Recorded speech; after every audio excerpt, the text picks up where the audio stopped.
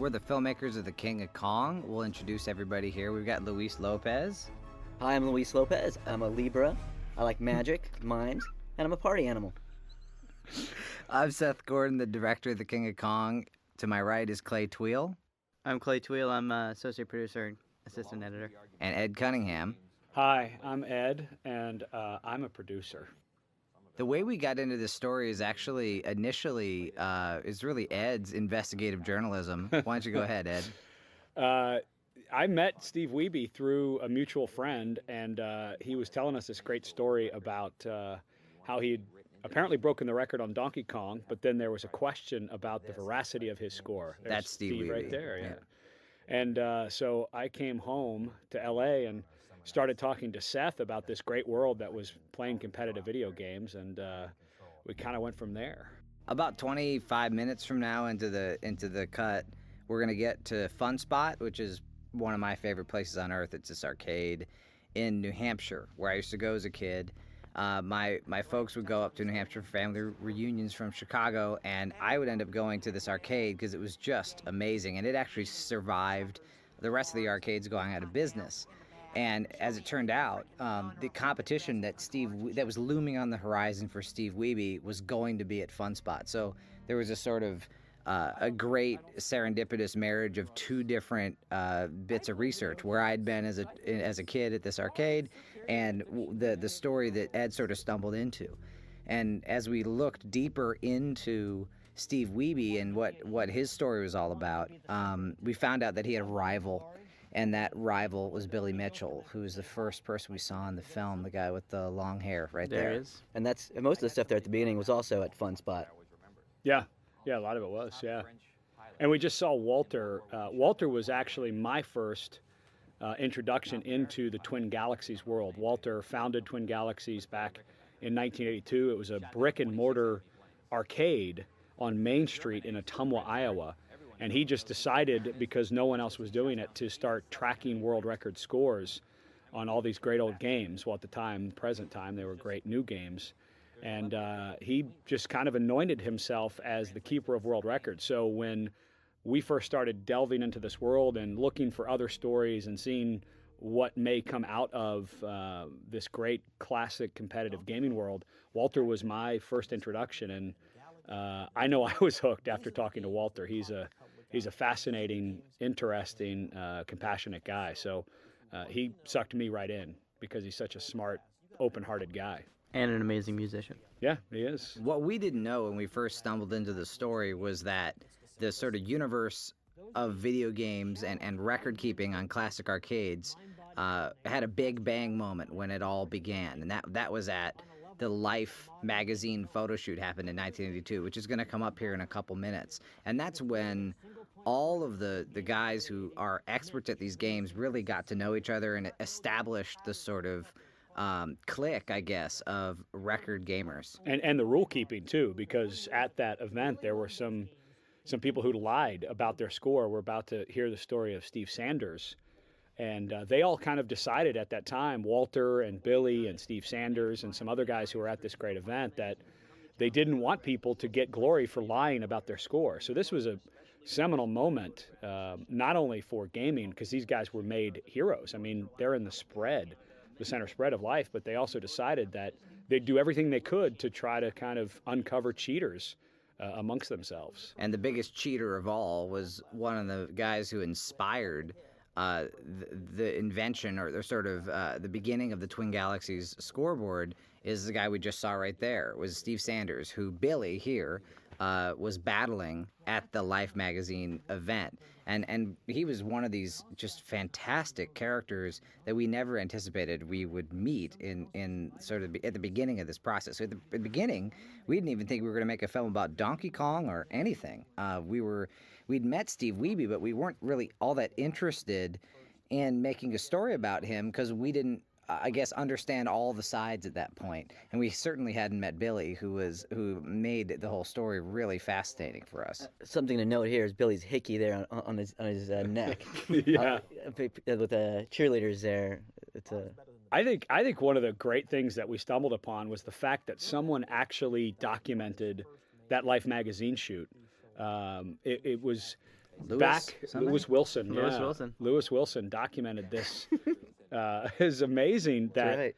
and it's funny because a lot of that comes out of the fact that in Fairfield, Iowa, which is 32 miles to the east of Ottumwa, in case you were wondering, is where Transcendental Meditation has its center in North America.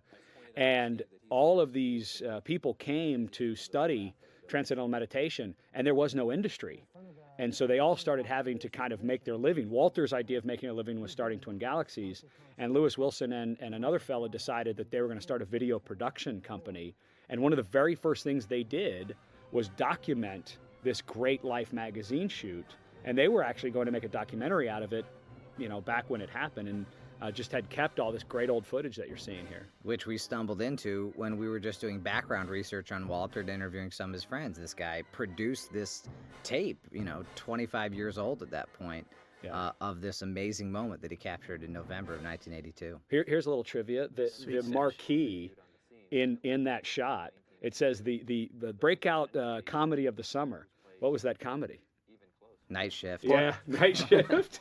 I think it was the sleeper hit. Sleeper hit of the summer, yeah, it was Night Shift. Which I was is going to say great Porky's. movie. I thought. No, it was Night Shift.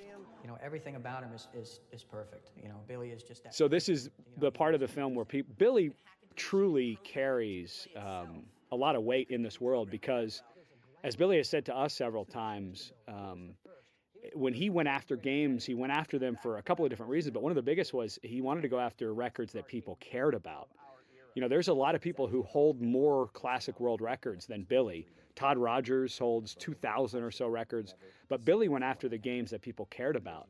Pac-Man, Miss Pac-Man, Donkey Kong, Burger Time, games that were very popular. So I think that choice by Billy really catapulted him to the top of this pursuit.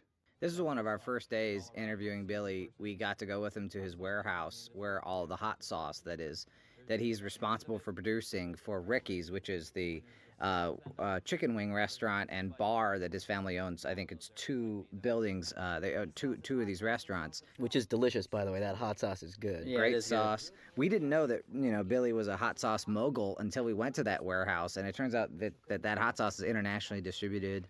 It's sold at Costco, Sam's Club, at various locations in the States. And that he said, you know, on a handful of occasions that it's the expertise that he mastered in video games is what allowed him to become so good at everything in life, including dominating the hot sauce industry. Dominating.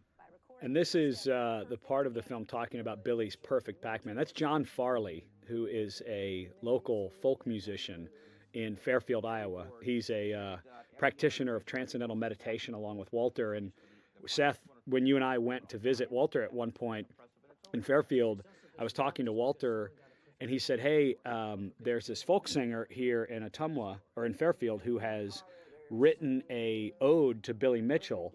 Would you guys like him to perform the song for you? And of course, I remember coming to you, Seth, and they mailed us the lyrics to the song, or emailed me, and I printed them out and I handed it to you. I said, would you want to do a video shoot of this song? And I remember your face, like how excited you were that someone had written an ode to Billy Mitchell. It was pretty great.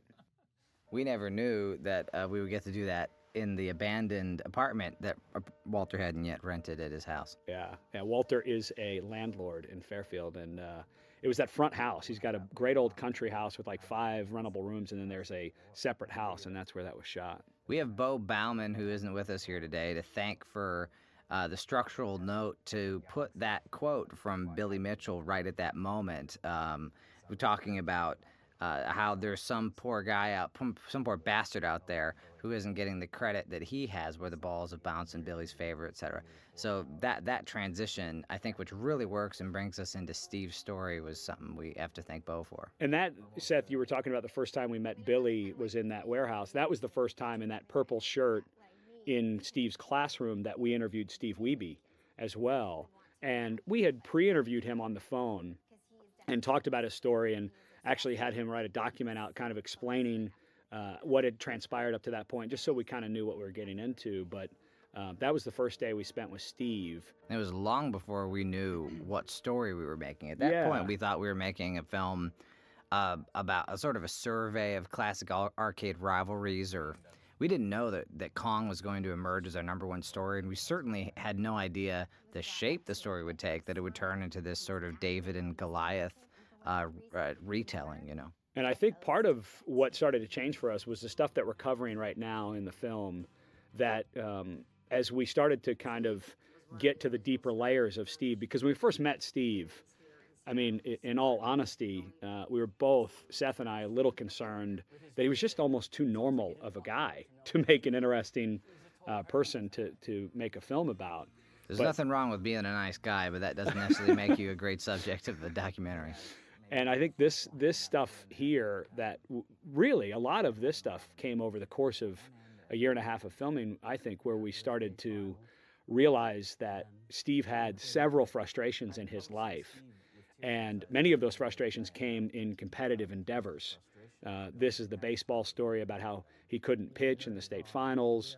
Which actually happened more than once, where there was some sort of frustration around not achieving in pitching or sort of choking at an important moment.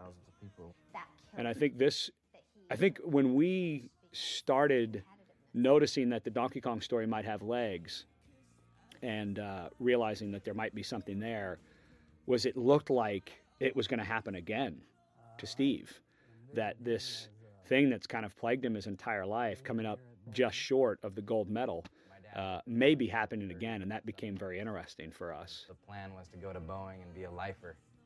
This is where he's talking about things didn't work out.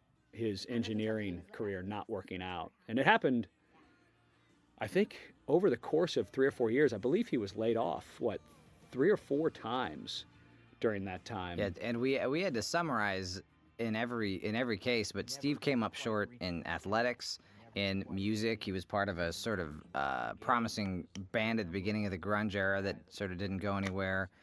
It happened in his career with the engineering and a bunch of different jobs that he lost. And I think it was a trend that no one had, I guess, wrapped words around yet in Steve's life. And I remember when we left Steve's house one time, many months into covering the story, we realized that he had developed a sort of psychological attitude about himself that we coined second place Steve. He was this guy who always almost achieved something. He always got the silver, never the gold. And that sort of, we thought that really informed the way he was approaching this rivalry with Billy and his attempts to get the world record. That was the first ever. We just heard from Nicole Wiebe, Steve's wife.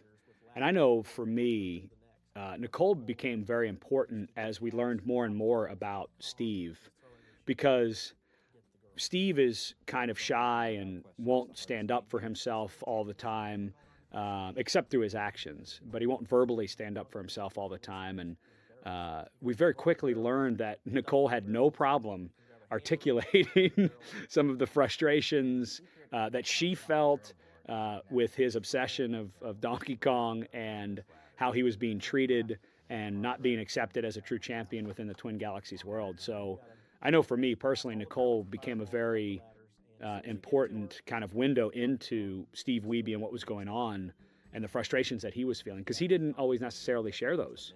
Well, that was some great stuff that I think got cut, was like the dichotomy between Nicole and Steve, and how like they're, you know, Steve can't speak up for himself very well, but she can, and just like their partnership and how that works, and just like the back and forth that they have, it was pretty cool. We call this section of the movie DK 101, and there's a lot of graphics here that Luis and Clay did. We met Steve while he was still hoping to be a certified Washington State teacher, and we knew he was great at Donkey Kong. So at some point, this was partly one of Ed's friends' ideas, partly Bo's idea, and partly just thinking about Steve as a teacher. We decided we'd love to have him teach us Donkey Kong. So we call this the DK 101 section, and it pays off here in a little bit. We try to find, you know, the way that Steve's engineering mind, thinking about vectors, diagrams, math in general, and all that, factored into his ability to play this game like nobody else. I think that's Mike Thompson, by the way, who is the mutual friend that Steve Wiebe and I share, who was just lighting up there. So that's where Yeah, Clay was laughing. Sorry. Those are about two of the funniest, get the biggest laughs, like him lighting that cigarette, and then for some reason Nicole Wiebe saying his talent is in his hands. Those always get huge laughs. Well, it's funny, watching this film with so many different audiences. Sometimes that Nicole line gets a laugh, and sometimes it doesn't. But when it does get a laugh, it gets a huge laugh. Like, people give themselves permission to laugh at her talking about her husband's hands and the talent within them. And I think this section was really an idea that started with Parker, wasn't it? Yeah. Who suggested that we should try to trace the drumsticks as Wiebe was playing them. And you'll see here in a minute, Clay Tweel did all these great graphical moves where he found the arcs in the drumsticks, and we also found sort of a cross connection to the other achievements in Steve's past. Some of it like from his old sports footage, some here about the way that he played the game, and we tried to sort of connect the playing of Donkey Kong to this complex mind that Steve Wiebe has applied to all these different things. I think one of the learning processes that I had to go through, and I think maybe it's represented here, because we were fighting to find a way to express the level of genius that a lot of these guys, not just Steve, but Billy and all of these great gamers, Steve Sanders, trying to express what that genius is, because it's obvious that, and Brian Koo, who's an expert gamer at a lot of different games, I think he owns about 17 world records right now, but trying to express what that genius is. And I think in the end came up with a pretty interesting way to at least try to express in some way what that genius is, because I think it's a different type of genius than what we maybe look at as a regular society as, oh, he's a genius, Yeah, I love that drumming sequence a lot. I think it just like ties so many things together. Pattern recognition and his like precise and OCD kind of all wrapped into one. This bit of footage we inherited, and this happened before we joined the story. So this is sometime in 2003 or something. I think it was summer of 03, yeah. This was Steve Wiebe's world record attempt. He was selling a copy of it for a while on eBay, which is sort of amazing because it's such a extraordinary demonstration of bad parenting. Right. And I remember just being, we always kind of had a good laugh about it, but there is that concern of it being so representative of bad parenting. But nonetheless, it was always just so funny. And I think it is always an audience favorite because it is such a universal phenomenon. Like what you have to give up in the rest of your life in order to take care of your kids. And Derek, as far as we know, he's sort of had a problem in his diaper. And Steve really needs to help him out, but Steve's at home alone, and Nicole's not around, so he has to balance whether he's going to be a good dad and take care of his son in his diaper. What's great about that too is the whole broom thing. Yeah, if you look closely, I think Derek gets a broom and starts hitting Steve. Yeah. He hits a broom, and I was listening to the whole thing recently. We made one of the other DVD extras. Steve tries to talk his daughter Jillian into helping with Derek's diaper, and Jillian, come on down here. She knows she's a very smart, precocious kid, as you'll see later in the film. Yeah. And she knows what her dad's up to, so she says, "Hell no." Hey, Seth, I just thought of this, but the first time I heard of that footage of Derek screaming for his diaper to be changed was actually the report that Robert Merchek wrote about his record attempt. Robert Merchek, The 45-page paper? Yeah, you're about to meet Robert Merchek, who is an extraordinary guy who spends, although he doesn't do it as much anymore, but spends an amazing amount of time verifying people's videotapes on records. But he had written this report of Steve's record, which broke down every board, how many barrels he hit, how many barrels he jumped, like a total analysis. I think that was about 30 pages long. And within that document, he noted that, and at this point, Steve is dealing with, a poopy diaper or something. So before we even saw that, I had read it, and what was great about it was actually better, because you read it and it's so surreal. But then when we saw it, it was even better than it had been described. I want to suggest, for those of you who have beer accessible to you, that you should start a drinking game around now.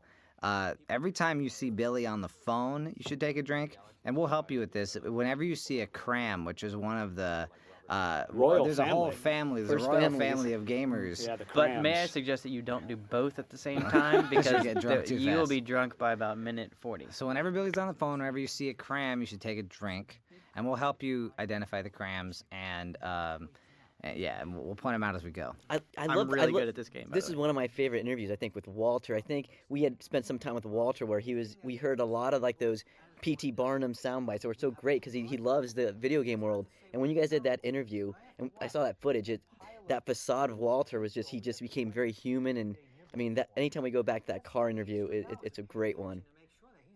Yeah, go ahead. This footage Yeah. we inherited from Josh Behrman, Ross Tuttle. They had been following the video game world for a while, and it's not a very big world. And so they had followed and met Robert, been to his house with him, and on this occasion got some really great stuff. And we just want to make sure. They did some other pieces on this DVD you should definitely check out, like the piece on Joel Hedge and some of the stuff on Abner Ashman. Well, that was, I think, one of the challenges behind making this film when we went to Fun Spot. And Walter, you know, I had a very, and still to this day, I have a very good open relationship with Walter where we talk about a lot of different stuff. And he warned me before we kind of went on. He said, hey, there's a couple of other doc crews that are out here running around. And Walter was great because he kind of knew what each one of our angles was, and he wouldn't compromise any of us to the other people. And one of those groups was Josh Behrman and Ross Tuttle, and we ran into them at Fun Spot 05. And you know, we were both kind of like nervous about, wait, there's another doc crew out here. And it was obvious they were very smart guys and knew exactly what they were doing. And in the end, I think it was good for both of us that we kind of joined forces, and Josh and Ross gave us just absolutely amazing footage to work with and helped create the story too. You know, we brought them in and talked to them quite a bit about what they knew, and they watched rough cuts of the film with us and gave us notes on what they thought could be expanded or expounded on, and they were really helpful. That whole section and its structure was another thing we got advice on from Bo Bauman. We had started Steve's record attempt, 5 minutes ago, let's say, and his suggestion was to delay for the audience the moment when you found out that Steve was successful and sort of build some tension there. And I think that really helped and really worked. I think one of the things that really endeared Steve Wiebe to us was meeting his kids at his school. You know, you may make decisions about people based on their pursuits and how addicted they are to Donkey Kong, but to see Steve Wiebe's students and how they react to him and how they spoke about him so positively, I thought was really kind of neat for us to learn more about Steve and how people perceived him, especially junior high kids like these two kids who can be so hypercritical of adults. So it's kind of neat to see how much they liked and respected Steve. Okay, here's my history with Donkey Kong is We sort of couldn't believe that while we were at Steve's school, in his room, he happened to go through the history of Donkey Kong and the history of his struggle with his students. It actually saved us in our telling of this story, because if we hadn't had that sort of linear telling that he gave to his students, we wouldn't have been able to put this section together. And there's something great about him sharing it with his students Instead of us, yeah. We had another version of it, and it was really boring. that part until we found that. So it's not a DVD extra. There's Mr. Awesome, first shot. Love the chain. Yeah. So Roy Awesome is such a central character in this story because he really did taint Steve Wiebe to the world. A body part and a verb. I mean, It's a homonym. he because of his involvement with Steve, everyone became really. I remember when Steve first went to Fun Spot. I think it was Dwayne Richard, who's in the film briefly but not titled, so you may not know Dwayne's name. But Dwayne shared with me one time off camera that he half expected Steve Wiebe to walk into Fun Spot as a two-headed monster, one head being Steve Wiebe and the other head being Roy Schilf, because Roy has really caused a lot of people headaches within the Twin Galaxies world since really 1985. You cannot overestimate the hatred and the frustration that Twin Galaxies and the gang feel about Roy Sheldon. I think that that emotion really drove a lot of this plot before we got to the story. Something that was very important to setting up the situation we walked into. Well, and in fairness to Roy, it's his method that gets him in trouble. You know, he pesters people and calls them constantly, and he's stuck on the fact that they have disputed his world record that he claims to have set in 1985 on Missile Command since the day it was set, when really a lot of the things that he claims and says turn out to be true. It's lost in the message is lost in the delivery, and it's made people like Robert Merchek and Dwayne Richard and all these guys very, very skeptical of anything that Roy is involved with. I'm going to back up for a second and say I love all of Robert's black t-shirts throughout the film. He's got this like wide variety of like Beatles and then Total Recall, and then he has an amazing Doom 3, and then he has Speed Racer. Is there a Speed Racer? Yeah, Speed Racer. Yeah, it's in like 2 shots very quickly. Well, the Beatles one I don't think made it in the film. I know it's in a DVD extra, but I don't know if the Beatles one made it. That's a shame. Yeah, it was really. We were very lucky when we went to visit Steve that time that he still had the box that this tape came in. Or not the tape, the board came in, and he still had it in his garage, because that's the piece of evidence that Perry Rogers and Brian Koo saw to make them very suspicious of Mr. Awesome's involvement with The Steve. circumstance. Go ahead. I just want to let everyone know that the Guide to Girls actually does work. I've been killing. Woo. At the bowling alley. Oh, at the bowling alley, they won't leave me alone. Now, is it gnarly poontang, or is it?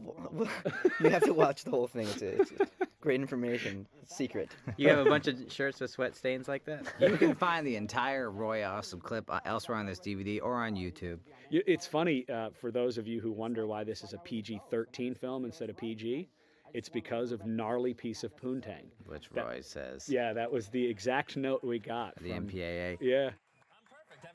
Twin Galaxies does a lot to promote Billy, because it's very much to Twin Galaxies' advantage and very much to the whole gaming hobby's advantage for Billy to become a The star. situation, the circumstance around this supposed visit or break-in or whatever it's called, where Perry Rogers and Brian Koo went to Steve's house, is the subject of a lot of controversy after the film was in theaters. And we found ourselves struggling with this because it's a true Rashomon situation, he said, where Steve has one version of the story. And Nicole. And family, and Steve's mother-in-law as well. They have one version, and then Twin Galaxies has another version. And we've heard, and they're completely irreconcilable. It's not clear what happened that day, and we tried very specifically to show both sides of the story here. But one fact remains. They found that box from Roy Schilt, and that took over everything. The fact that box and that board was therefore somehow associated with Roy Schilt. And it was evidence enough. Yeah, changed the way every accomplishment of Steve's was thus, henceforward regarded. I used the wrong word. Well, and I think it's, the saga Cheers. continues. and the saga continues, Here we go, Beatles. That is Beatles. It did make it. There we go. That's Clay, who has become the Rain Man of the almost 400 hours of footage that we shot and acquired to make this film. You've seen every frame of this film about 6 million times. Yeah, I've stepped through it frame by frame a couple times. Clay was in charge of, how many months did you work on the delivery stuff for this film? The different versions? In the little black box in Burbank, Probably probably that's nice even to bring up. Yeah. Thanks for. I'm gonna have nightmares again tonight. Probably about 3-4 months. This was, for me, this part of the story about how the Twin Galaxies self-referees, I think for me was kind of, when we first started getting into the story, one of the most interesting and yet perplexing things that happens in classic video gaming is that the competitors are the only people qualified to really judge each other. And I don't know that they've ever been able to reconcile that and say we should find another way, because I don't know that there is another way. I mean, there's only really 2, maybe 3 people in the world who can look at a Donkey Kong game played by Steve Wiebe or Billy Mitchell and say it's legitimate, there is no cheating here. No matter what I say. it draws controversy. There's one of the great lines. But I think that was one of the things that I looked at and said, wow, that's inherently flawed, that the gamers have to kind of be their own judge and jury. Imagine if NFL referees were on a team too. Yeah. Like it just doesn't make sense. And yet that's sort of what had to happen in order for the people who knew the games best to officiate the scores. Yeah. It's like a built-in predicament. Well, and Billy and several gamers, including Steve Sanders, all say that you should just throw out the ability to videotape scores, and that it should only be done, like Steve is saying here, go to places like FunSpot. But, that was great back in the 80s when there was an arcade on every corner. But now, there's only a few places as great as FunSpot in the entire world. So it's not like you can just show up one day and start playing your competitor on Tempest. It's just not around anymore. And there's only one Tiger Woods, and he cannot go to every arcade in the country. in a way that I think he should. It's been Didn't he just have a son? Yes, he did. like throw your hands up and go, well, let's move on to the next. It was funny when we were doing that interview right there with Steve. He was talking about his frustrations with music, and how it was weird. There was times along the way when we were interviewing Steve where he kind of connected the dots himself, the ones that we had started to connect, that he'd had these frustrations in his workplace, in his music dreams, in his pursuit of video games. It's like he started to connect those dots through the interview process that went on for months and months and months, obviously, that he started There was your figuring out. girlfriend, Louise. Sorry. Miss Lake Winnipesaukee. Yes. The best recognized place. And this is FunSpot, that my favorite place in the world, pretty much, where That all was a these cram, by the arcade way. games are. Oh yeah, cram. Time to drink. Cheers. That was Sean Cram, who is the world record holder on Zookeeper. With his brother Jason. And another cram right there. Cram. Jason, I forget what Jason's record is, but Seth, I don't think you want to play this game with me. Yeah, it would probably it'd be dangerous. So that's Todd Rogers right when there. you see a cram, Clay will drink. That's Mark Alpager, who started the movie. Yeah, and Mark became an important figure because Mark is a historian. Cram. Investigative journalist. Yeah, and he became very important. Multiple crams in that. Oh, yeah. Yeah, and this is Donald Hayes, who is, by most accounts... Very upset. Donald is, by most accounts, the best classic gamer in the world today. Hey, what record was he going for there that got him so upset? He was trying to get a perfect Pac-Man. Whose score is he trying to beat? Well, Billy had the original one, but 4 people since Billy had gotten a perfect Pac-Man. Chris Ira, Rick Fothergill, I'm going to blank on 2 more, but he was upset because he missed it by he lost a man on board 200 out of 256, so he's almost there. Small piece of trivia here. Donald Hayes was going for it exactly like Billy went for it. He wasn't using patterns like everybody else. He was going for it using freestyle. Which is huge. I mean, it was basically, he would be the first guy to get to this kill screen like Billy did without patterns. Yeah. Yeah. And he got pretty pissed because he was close and didn't quite make it. I'm not sure if he has made it since. He has. He has made it, yeah, okay. Well, they're tireless, these guys. Yeah. Well, and Donald is, and here comes Doris. Ed always thought we should have Doris in the movie, and I fought him on it again and again and again. So did Clay. So did Clay, and eventually I relented, and it was the right choice because Doris is someone who really affects a lot of people who see this film. I mean, she is an extraordinary person, verb tense carefully chosen there, and Billy and his relationship with her is actually very touching. Yeah, and it's a Billy moment where Billy does something really great and wonderful, and for some reason people never overlook it. In the end, it's he's a great guy there and helping someone out. Yeah, and they met. Billy used to go to this great arcade near his house in Hollywood called the Grand Prix, and he and his buddy Chris Ira.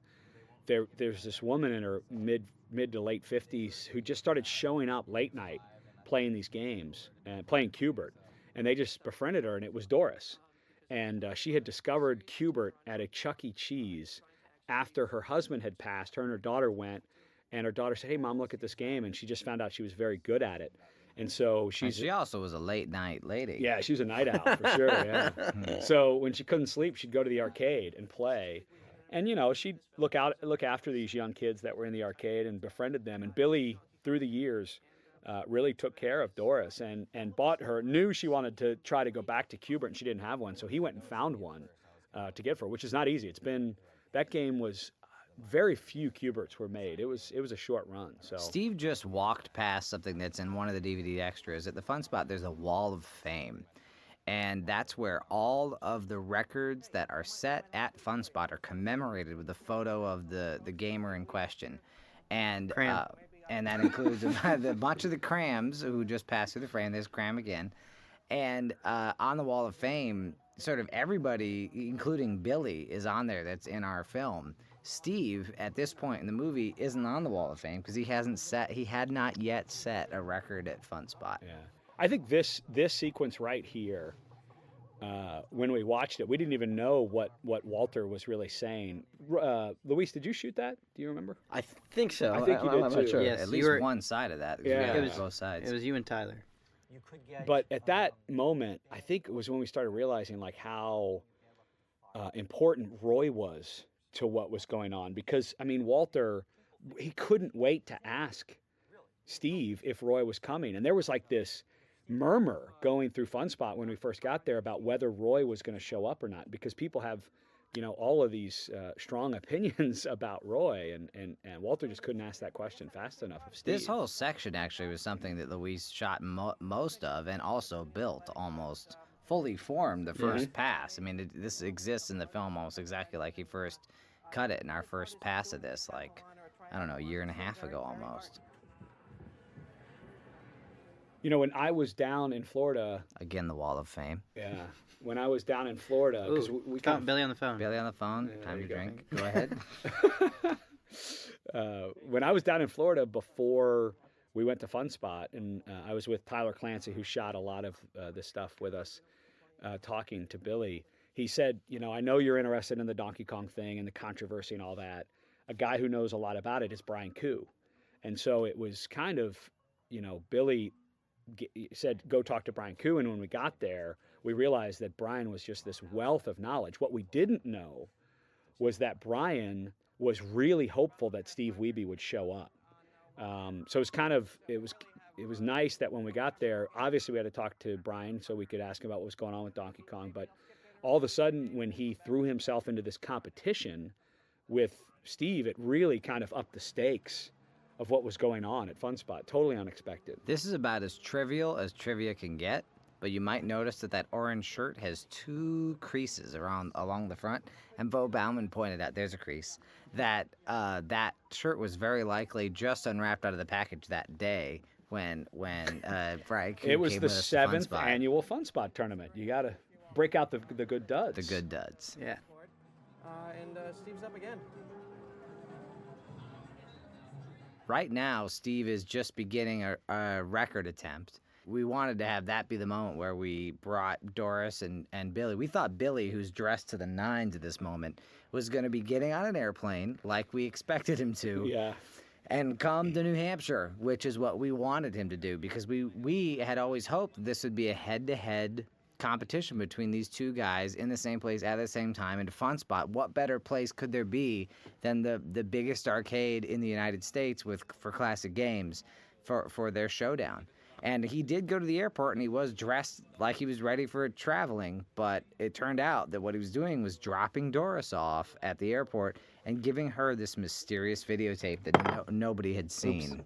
Drinking game over. Sorry. We need a new one of those. Well, and Seth, you alluded to some of the things that have been said post the film releasing, and one of them is that Billy has said that I knew that he wasn't going to Fun Spot and that he wasn't going to compete at the Guinness tournament which is coming up. And, the whole time he was alluding to the fact that he may come. And I was actually it was Tyler Clancy and myself who were at the airport. And at that point, we were really tracking the Doris story. That was why we were there, because this idea of a nearly 80-year-old woman trying to reclaim a record she had in her late 50s was really interesting to us. We thought that might be something that would be an interesting arc to kind of chase. And so we were there to cover Doris going to the airport. And when Billy showed up, I didn't know Billy was going to be with her. No, check that. I knew he was driving her, but I didn't know he was. And when he showed up dressed up and he had luggage in his hand, instantly I thought, oh my, he's getting on this, because we actually flew up to New Hampshire with Doris. The inimitable Greg Bond. And so when he walked in, I remember Tyler and I, like, our hearts stopped for a second, like, oh good, he's going to come. This is going to be great. Because we knew we had some other great competitions. Abner Ashman was going to be there going for Miss Pac-Man, and Doris going for Cubert, and all these other great stories. We're like, perfect, we've got another potential story developing. That spiel by Koo is great. And just his eyes and when he's talking, it's amazing. Stream of consciousness. Yeah. We don't get to give as much screen time to this as I think it might deserve. The whole notion of the kill screen. Yeah. Billy and Steve are the only two guys that are known for a fact to have gotten to the kill screen To have been witnessed, yeah. on a legitimate Donkey Kong machine, like the what's been termed the hard board or the real board on Donkey Kong. So I think it's also called the blue board. I think you're right, yeah. No one knew that Donkey Kong had an end until these two guys discovered it. They discovered it independently. Billy found it in '82. Steve found it sometime later. We don't know exactly when, while he was in college. And it's an end to the game that comes 117 screens in, which we try to illustrate graphically. And it's sort of amazing to think that you could play a video game for 2.5 hours without stopping, without walking away, without going to the bathroom, for example. And you're playing it for that much time. And you had no idea that you could get to a place in the game where it runs out of memory, runs out of code, and simply crashes on you. And that happened to both of these guys. And it is a very important factor in record setting on Kong, because the game of getting the high score is all about how many points you can maximize on your way to this kill screen, it's been called. It's amazing that Luis kept up with Brian Koo in that sequence for all the there's a kill screen. Well, it was, Luis, you tell me, but I remember the energy level in that building when Steve was getting closer, just like going through the roof. I mean, it was kind of boring guys playing games until he got to like 700,000, wasn't it? Oh yeah, I mean, but it was certainly an event and something that everyone wanted to see. But listening to you tell that story, I remember, Seth, early on we were going through the editing process to talk that for a little bit. I remember I used to have you tell people the story and to listen to those parts that really just kind of distill the ideas of kind of what's going on. And that was the kill screen thing that was always come up, to the idea of these guys being the only guys. Yeah, they talk about getting to the kill screen on the various arcade games, because Billy can get to the kill screen on a bunch of them, is going somewhere no man has gone before. Literally like going into outer space. And they mean it when they say that. Yeah. Like I think that is truly what is addictive to them about these games, is going somewhere that no one has gone before and learning one more fact about the game, one more detail about the code that no one else knows. At this time, when Steve did this, it was only the third time in public that someone had reached the kill screen. I think Billy had done it twice prior to that, that we know of. So I think this was the third time that that the kill screen had been seen publicly. So it was a really big deal for a lot of the gamers there to see. Yeah. Brian Koo claims that he's gotten to the kill screen on his own, which is why he said third there a minute ago.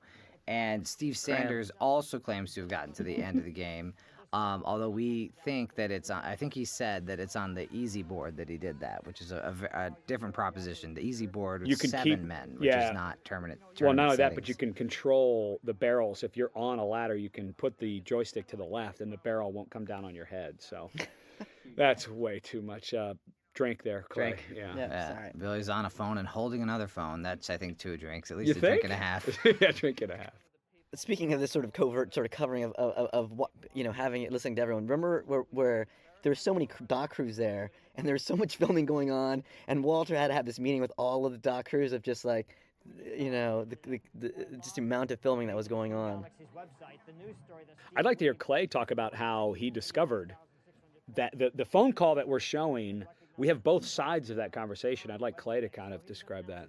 Well, you had sent a camera guy, but didn't Billy ask you to get a camera guy down? No, we asked if we could. When he finally told us he wasn't coming, Seth and I asked if we could have a camera guy show up. So we looked at this footage from this other camera guy that none of us had ever met, and I was capturing it probably 3 to 4 months after Fun Spot had happened, and I saw all these phone calls, and I had seen from the Fun Spot footage Koo on the phone all the time, and nothing really stuck until actually it wasn't anything that was even in the movie. It was very odd. Billy was doing a George Bush impersonation for Donald Hayes, and I caught both sides of that, and that was my marker. That was my marker to figure out time and space, like what calls happened before that, after that, who he's on the phone with, because they're handing the phone between a lot of people, and so that was kind of the breakthrough moment. I forgot that it was the George W. impersonation that did it. A total Was side it detail. original George or? Yes. Okay. A side detail, that tape that Walter just pulled out of that courier box, the reason there was a videotape in a box instead of the tape that Doris hand-delivered in the sort of mailing envelope is that the original tape that Billy sent was actually a tape of WWF wrestling or WWE wrestling, which I think must have been a mistake. But there's this great footage of everyone sitting around and watching WWF, wondering if a performance of Billy's was going to pop up. Yeah, and then so yeah. He sent the wrong tape with Doris and then had to courier up another tape, which was hand-delivered by, I can't remember who. Greg Arroway. Greg Arroway. Yeah. And that was one of those moments where Billy called me and said, hey, there's a very important delivery coming. Have cameras at the top of the stairs. Note, by the way, that TV was sideways that we just saw. That'll be important later. Yeah. Going back a few moments ago when Brian says everyone's here from the invite-only list, and then we cut and show Steve at the arcade slaving away trying to break the record. And Crams. That was one of the things that really fascinated us while we were at Fun Spot was, they always seemed so inclusive, except when it came to Steve Wiebe. It was like everyone was invited except Steve. And we had met Steve and gotten to know him a little bit, and it was just odd to us. Now, going back, of course, a lot of it had to do with his association with Roy at the time. But even then, it was like he was just being excluded just to be excluded. And I think that was kind of, for us, like a seminal moment of, God, he truly is an outsider that's not being invited. Watch carefully here. Yeah. Roll over to zeros right on a video glitch. Go ahead, Ed. No, just fascinating. We have to talk about that now. That's so much more important than the outsider. The reason we slowed down that moment, and the reason that we pushed in on it digitally, was so that you would not miss the fact that during the rollover to zeros, there was a video glitch right in the area of the video screen where the numbers are, so in the upper left. We thought it was amazing that even though Billy's tape was full of these warbles and glitches, that on that very night, and this happens here in a moment, they go ahead and input the score into the record database. Even though there was all of these sort of peculiarities in that tape, for some reason, it seemed all right to put that record in the record books when Steve, as we knew, had been scrutinized for months on end every time he turned in a record tape. And that blew our minds that one guy gets something accepted immediately and the other guy has to fight for his life. And in fairness to Walter Day, who made the choice to enter that score, he has since told me that it was a bad choice. And he admits that he chose to do it and that it was a mistake and that he wishes he would have dealt with it differently. Because I think the first time we showed Walter the film, it was up in Park City when the film premiered. And he was doubled over with emotion because the most difficult thing he's ever had to deal with in his history as being the video game referee for the world is Donkey Kong. And to see it condensed into 84 minutes was very emotional for him. And I've talked to him several times since as the beer. No one was on the phone and there was no cram and you took a drink. Oh, sorry. And anyway, he's come fully around and said, that was a mistake, and he wishes he would have dealt with it differently. Knowingly cheats or tries to pull in. What we loved about Robert as a character in this movie was that he represents, and I think he does to this day, perfect authority. I mean, he lives as the head referee at this time by a code of ethics and a set of standards that he will not sort of relax on.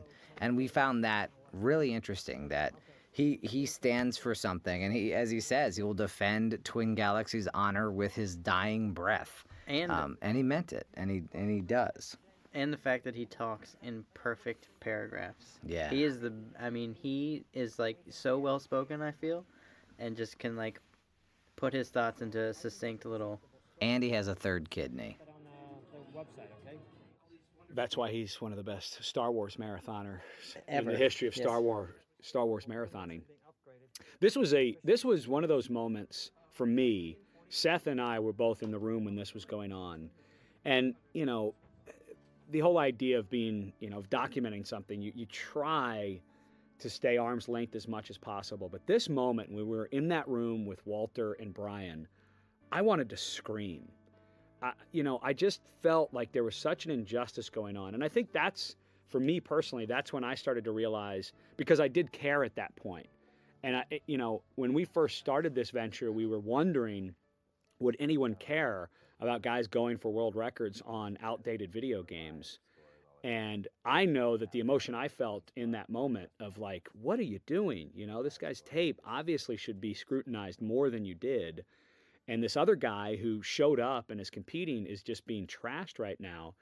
And I just remember thinking, if I'm feeling this way, hopefully at some point an audience may feel this way. And it was all my might not to kind of grab Walter and just say like, hey man, this doesn't seem fair. And obviously glad I didn't do that at this point. We often get asked what brings Steve to tears at this moment, because it was sort of a long shot that we could sit on the entire time. And what brings him to tears and sort of frustration and sort of the whole flurry of emotions that fly through him at that moment is talking about Mike, who we just saw in the purple shirt. Mike had supported Steve all through this competition and had helped get him to Fun Spot in New Hampshire. And when we asked Steve what he would say to Mike at this moment, a moment when he felt like he had failed, a moment that just came before this moment where we're sitting with him downstairs, he tears welled up. And he got all choked up because he didn't want to have let Mike Thompson down. Mike Thompson becomes such an interesting person in this film. And even though he's not in it very much, I think other than the two main people, Steve and Billy, I think that Mike becomes one of those people that people attach to because he has backed his buddy Steve through thick and thin. Like he's always in his corner. And it's very apparent. And he's one of those guys that we all would like to have as a friend because, like his buddy obviously has some issues that, we probably frustrating to his wife, frustrating to his friends sometimes, but he's never wavered in his support for his buddy Steve. I love Walter's music. FYI. I would be the first one in line outside of Amoeba to buy his record. This film turned on a dime during this visit.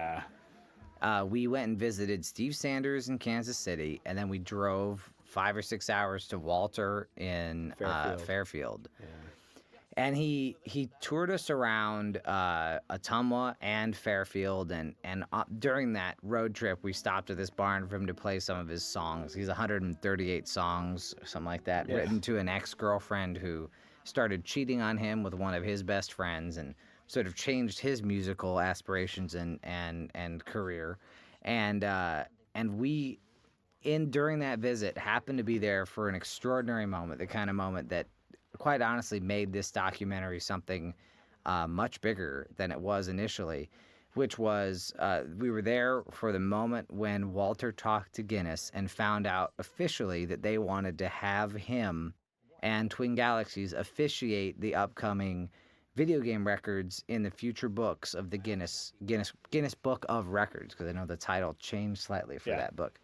And the fact we happened to be there at that moment, which is coming up here in just a second, was so lucky. And we are very happy that we happened to be there at that time. I think this always kills me. This makes me laugh so much every time. Yeah. The TIE. TIE. Well, hold on. I'd like to defend so myself funny. because it's my voice that is audible saying when Billy says, if you don't know, you're not looking hard enough, and I say TIE. I'd like the record to show that it was actually Seth leaned over and whispered in my ear, TIE? I was just trying to help, Ed.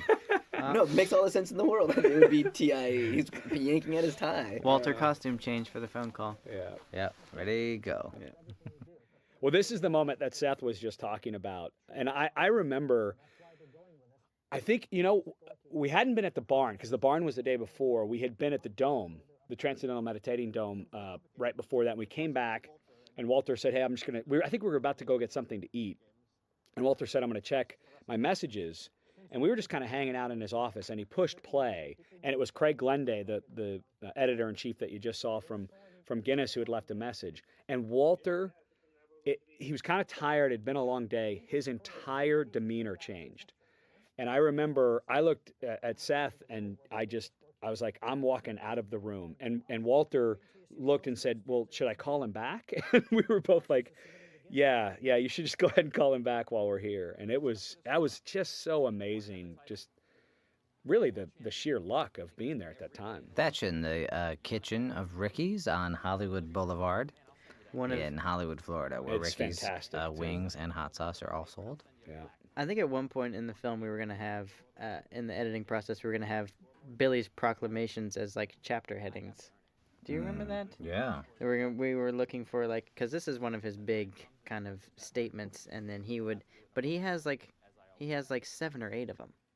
He has a grab bag of go-to proclamations that are like aphorisms that he will spout sort of at any point about the way video game records ought to be set. I'd like the record to show that coming up is a music cue that Clay Tweel fought against tooth and nail. What? And then a guy of my age fought so hard to keep Eye of the Tiger. Is the guy of your age you? That is me. Yeah.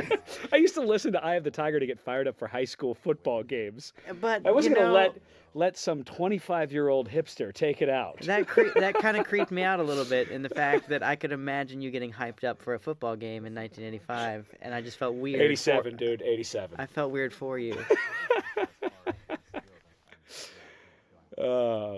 This was great. I think getting ready for the Guinness tournament, when the classic gaming world started hearing the rumblings that we were there lucky enough to kind of to film, it was like you could feel the energy of the world, because they all get excited every year for the Fun Spot tournament, as they should, because it's amazing. But all of a sudden, this Guinness tournament just kind of came out of the blue, and it was kind of fun to be tracking that world, tracking the Twin Galaxies world at a time when really history was changing for them. The stakes for everyone just went through the roof when Guinness called Walter. We had Steve Wiebe shoot these himself. He did a good job. To win is like so The Dutch important. angle. This particular quote by Steve, Seth Gordon, the director, fought to try to incorporate in this story. Quit shooting bottle caps at me. And I think we found the right place for it, because it's the moment where Steve didn't show a lot of frustration over what was happening to him, and in that moment he's talking about cheating, and I think you get a real insight into kind of his moral compass from that quote. Steve's not very emotional about anything in his own life. When you get him talking about football, though, and like any of the sports that he follows, it's like all the emotion he should feel about things in his own life gets transferred to a righteous position about how his team of choice has been wronged in the recent record race or whatever. I would like to point out the quote of the movie for most people is coming up, and that Luis Lopez, all the stuff you just saw up in Seattle, Luis flew up there to shoot on the way to Fun Spot. Remember, we had a bunch of the gamers on the way to Guinness, excuse me. And I remember we had a bunch of the gamers kind of videotape themselves on their way to Guinness. Todd Rogers, Kelly Tharp, a bunch of the people that were coming. But Luis, did you know what Jillian said? I mean, did it register? Oh, it registered. I didn't know she was going to say it or anything. I was mostly, I thought it was hilarious that he had that little book, the How to Play Donkey Kong book. Like, but yeah, it was, when she said that, I couldn't believe it. Yeah, that's coming up here in a moment. Just an unbelievable thing. I mean, it speaks to how precocious and how smart she is. It's unreal. And it's so funny because a lot of people have said, you know, that Nicole Steve's wife had to like feed that to her. And I've talked to Nicole about it. I asked her, I said, you know, had you and Jillian talked about that in some way, shape, or form? And she said, never. Guinness like never even came up between Jillian and I. So that came right out of Jillian for sure. This is DJ Cut and Paste. Oh, thank you again. The Thank you. music Thank you're you. hearing is DJ Cut and Paste, also known as Clay Tweel, I'd like to- master of garage band. I'd like to thank GarageBand first and foremost. Steve Jobs. and all the Apple Loops team. You guys are amazing. You know, it was funny when Thomas Wilson, who helped us with a lot of the music in the film, when you played this for us, you were kind of like sheepish, like, oh. And Thomas Wilson, who's a very established DJ in Los Angeles, was like, wow, dude, that's really good. It was awesome. Thank you. Thank you. That's Kelly Tharp there in the foreground. And that's Mark Alberger setting a record with his foot. I think one of the questions we get is the amount of access that we had and to Billy. To Billy and to all of them. And I think it was just persistence of like, you know, constantly rolling film whenever we were with people and just never stopping. Yeah, you guys never shut the cameras off. No. Hey, so. No. Yes, thank you. Yeah, I'll take one of those while we're doing that. I think it was cool that Nicole and the kids came with Steve to Florida. I know that they were kind of hesitant about coming, but I think that kind of changed. And I know Steve Sanders, who we're seeing here, actually was going to bring his family along. And once he saw that Steve Wiebe had brought his family, he was kind of bummed that he hadn't, because he thought that their kids would have a good time kind of hanging out. And then they ended up bonding they became very close during this and still remain friends. It's worth mentioning, it's very important that I did set a record on Raven, the pinball machine, King Raven here at the Guinness tournament, which is in the background, and it had a female Rambo lady theme. Oh, that's right, yeah. If you try to make it through Guinness playing the cram game, good luck, because they're in the background. A whole lot of cram. Every shot. You know, it's worth talking about Steve Sanders, I think, you know, because this is kind of his moment. Steve became such an important, became such an important part of this story. And Seth, you mentioned it a moment ago about that important trip where we visited Steve Sanders in Kansas City and Steve and Walter in Fairfield. You know, Steve had kind of given up on competitive gaming, and because of a couple of the documentary crews that had come through, including us, he kind of picked it back up because he was like, oh, you know what, it's still fun and interesting. So he went back to try to break the record on Joust. And one of the stories we chased was Donald Hayes had lined up Joust in his sights to take that record down. So Steve Sanders decided he would try to do it as well.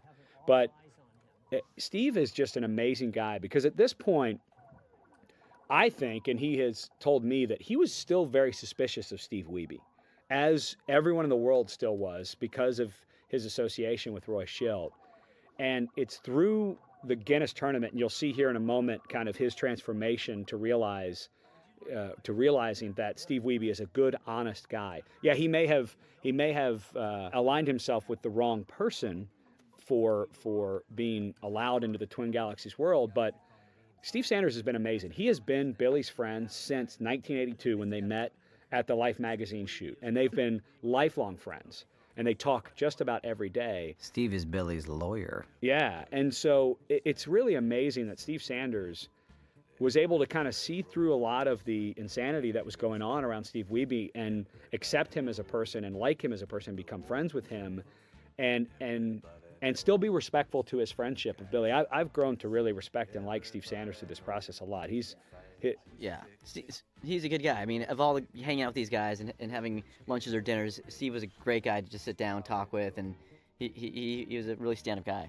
I see a lot of similarities, I think, between Steve Sanders and Steve Wiebe. I think my only difference is that Steve Sanders is a little more outgoing, but like, it almost makes me think that if like Steve Wiebe had met Billy Mitchell back in the day, like back in '85, that they could be almost positions reversed. Yeah. if Roy's taint Right. If Roy's taint had not been hadn't come teabagging first. Wiebe the whole time. Speaking of Roy's taint, we glossed over Chumpetized earlier, Oh, did we go over Yes. Chumpetized? We Yeah, missed yeah. Chumpetized. The best. which should be verb. added to the Oxford Dictionary, I think, either this year or next year. But Chumpetized is a great new word. I don't even want to bring There up was the a whole- conversation I there's had a- with Roy about Chumpetized. FYI, there's a whole table of crams in that previous shot. Oh. So if you haven't pounded your beard, that's the time. That's the kicker. What was the conversation with Roy about Chumpetized? He was angry because the tagline on the poster art says "Don't get Chumpetized," and Does he want to put a little know, TM or R, like, hey, I came up with that? Does he want royalties on the use? I think that might be what he's after. Yes. Of course he is. He got so angry at me. There's this misconception that when you make a documentary that Wait, Roy got angry at you? Crazy. that there's this misconception. It's almost like if a band has a song on the radio, everyone assumes they're millionaires. That if you were lucky enough to have a documentary that was theatrically released, that you're just rolling in cash. And Roy has called me several times, and I try to explain to Roy, I'm like, dude, we just about broke even. Like, don't worry about it. I don't drink, I don't smoke, I don't do drugs. I play I Missile talk Command. about my Missile Command score. Yeah. I hope he can at least come. This is an unbelievable moment because all of the gamers have been invited to go to Billy's restaurant. This is Billy's restaurant, yeah, as it says in the title. And 2 gamers conspicuously were not invited, and those included Mark Halpiger and Steve Wiebe. And we thought they weren't going to go, but Mark Halpiger, the investigative journalist, figured out what was going on, and he suggested that they go, and Clay rode with them in the car over, I believe. That was an amazing car ride, yes. And this is a very important moment in the film because it was the time when the sort of secret inner circle was confronted with the fact that Steve was present, and we were shocked with what we witnessed coming up here. Yeah. And, Steve Sanders, when he saw the film for the first time at the True False Film Festival in Missouri, not far from his home, and Steve Wiebe had flown, the True False Film Festival had flown Steve Wiebe there to do a Q&A. It was just kind of this amazing moment. There's parts of it on one of the DVD extras during the Q&A section. But he called me after, Steve Sanders called me after the screening at True False. And he said during this moment when he was on the phone, the crowd was jeering him and hissing, and there was boos. And he even said, I don't know what jeering means. Yeah, is that not a good verb? I don't know. No, And- not since the Depression. Only if you Well, read, see? only if you read TV Guide and it's cheers and jeers. So anyway, youngsters, he called me and said that the crowd was going against him, and he felt very uncomfortable, but he was very happy that we showed the fact that he did come full circle and realized that they were persecuting a guy that is a good, wholesome guy, and that we shouldn't have been doing that along the way. So again, it was just one of those moments with Steve Sanders, who I think of everyone who's been on this journey has really dealt with it in a very healthy, thoughtful, smart way. Getting in front of a camera crew or people and winning a record. And Steve's been to a lot of the screenings at film festivals and. Sanders? Oh yeah, Sanders. Yeah. But I haven't heard him doing it lately, and it makes you wonder why not. This shot was just a shocker. We were all there waiting, wondering if Billy would show up, and then he did. And we had about a 2-minute warning that he might show up.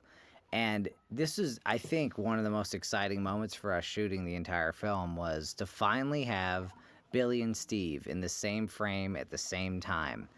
And that, I was nervous as hell while I shot this, and I think all of us were rolling at the time. Yeah. And we couldn't believe what came next. I mean, the sort of tension and the anticipation of this paths crossing was really something we thought about for months. And then to have Billy just walk right by and say what he said, I think cemented our notion of what this story was really about, which is about one guy who kept showing up and the other guy who refused to play him come hell or high water. And Seth, I don't know if you remember earlier in the day, you and I were kind of having a powwow out behind the tournament, and you expressing a lot of concern about what was going on. I mean, Yeah, there was no Billy.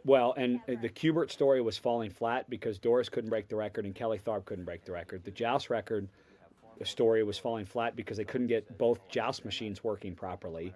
So we weren't going to have a true competition on Joust. And then, Miss Pac-Man wasn't complete, even though Abner had broken the record. Yeah, because we had no access to his rival. Yeah, to get to him and to his rival. And so you had expressed serious concerns about what we may or may not have. And I remember you saying, Ed, I'm telling you, we'll do the best we can. But right now, I don't know if we have a story that we can hang our hat on. And I think it was later that night after this happened where we were like, okay, wait a minute. Maybe we do have something that's worth telling. For me, I remember this. I remember the tension in the room too, but I also remember it was the three of us shooting, you, me, it was Seth, Luis, and myself, and just the like triangulating Billy. That's Clay right there in the background, by the way. Yeah.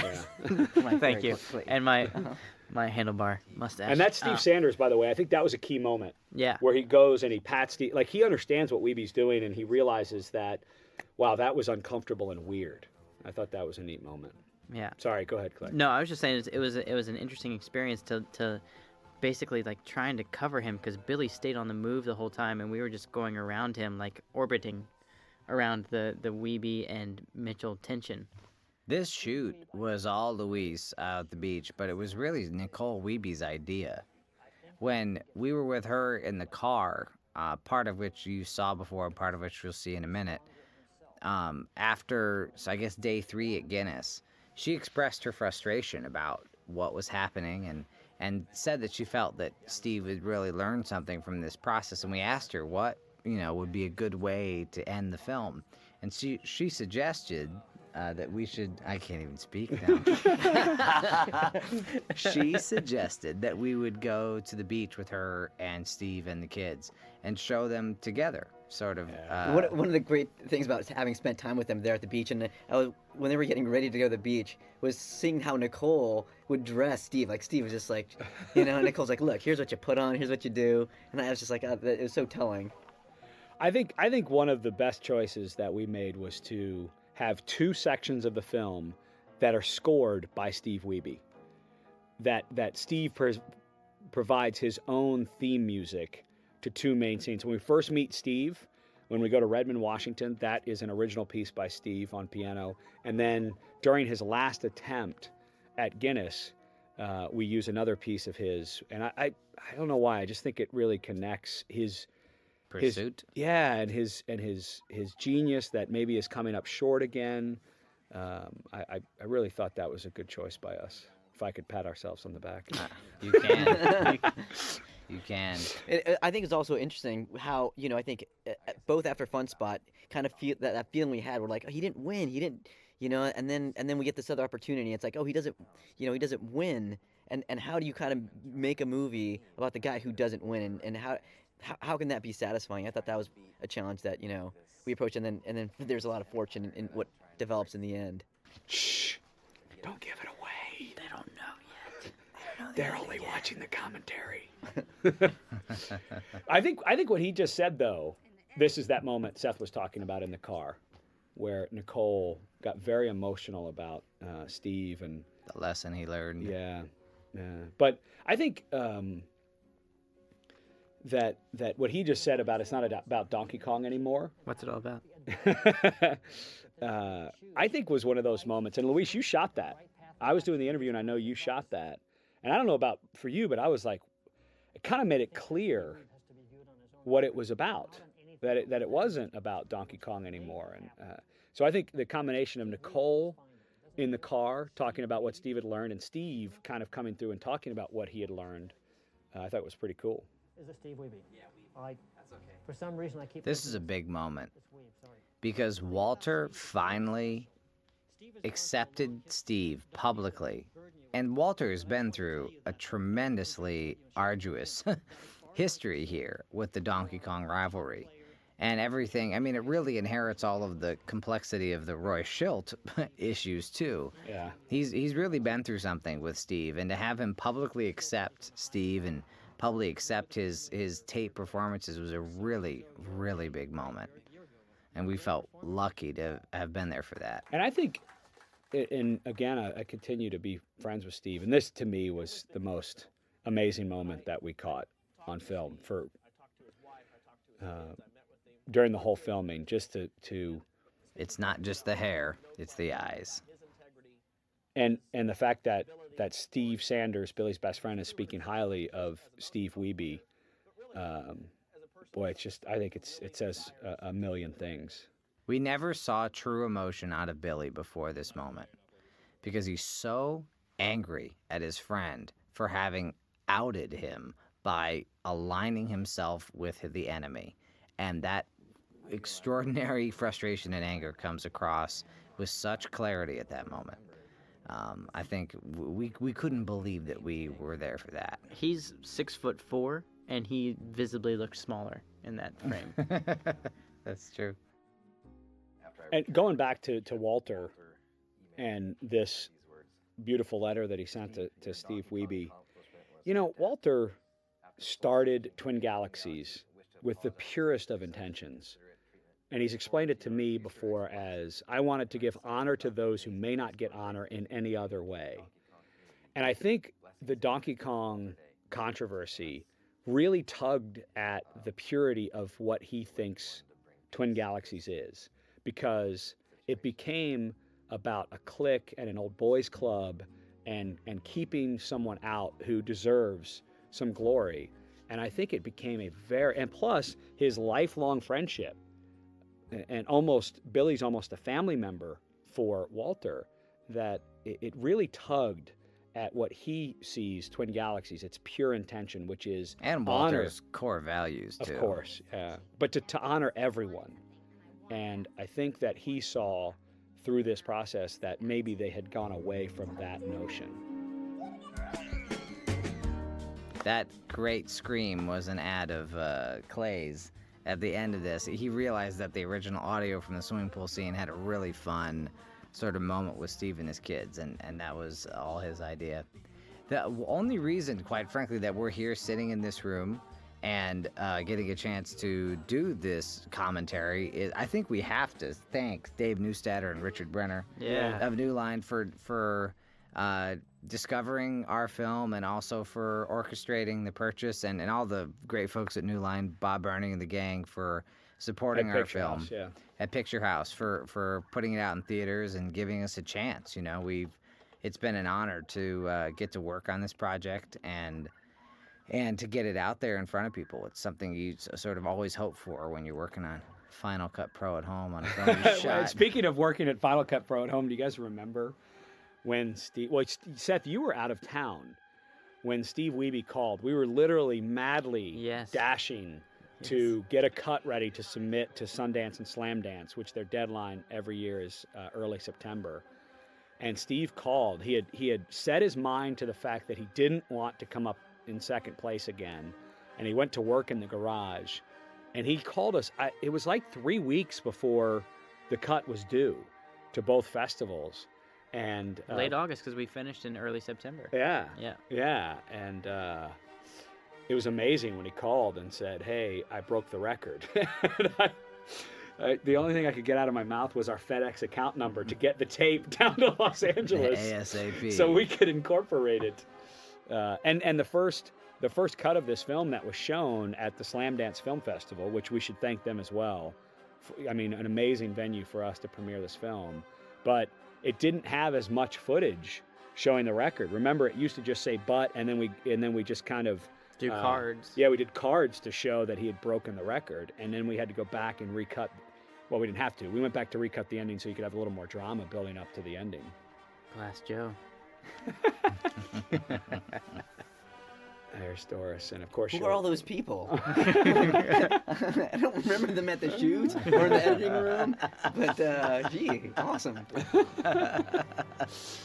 And all the music credits. Where did DJ Cut and Paste already go by? First one. Yeah, that's right. You are the Substances. first one. Most important.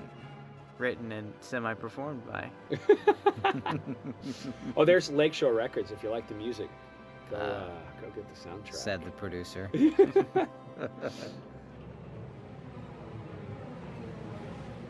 I thought this was such a great way to to end on. On Pong. Yeah, all the way back. Doris passed away while she was pursuing one of her other passions. She was in a car accident while going to play Texas Hold'em with her regular Tuesday game. So she sadly is no longer with us, but what a wonderful, wonderful lady. She was she was amazing. Amazing, yeah. So that's our movie. Well, thanks for listening to this if you made it all the way through. And Cheers. Good night, probably. Yeah, good night. And if you're still listening to this, then you're probably on the Twin Galaxies forum.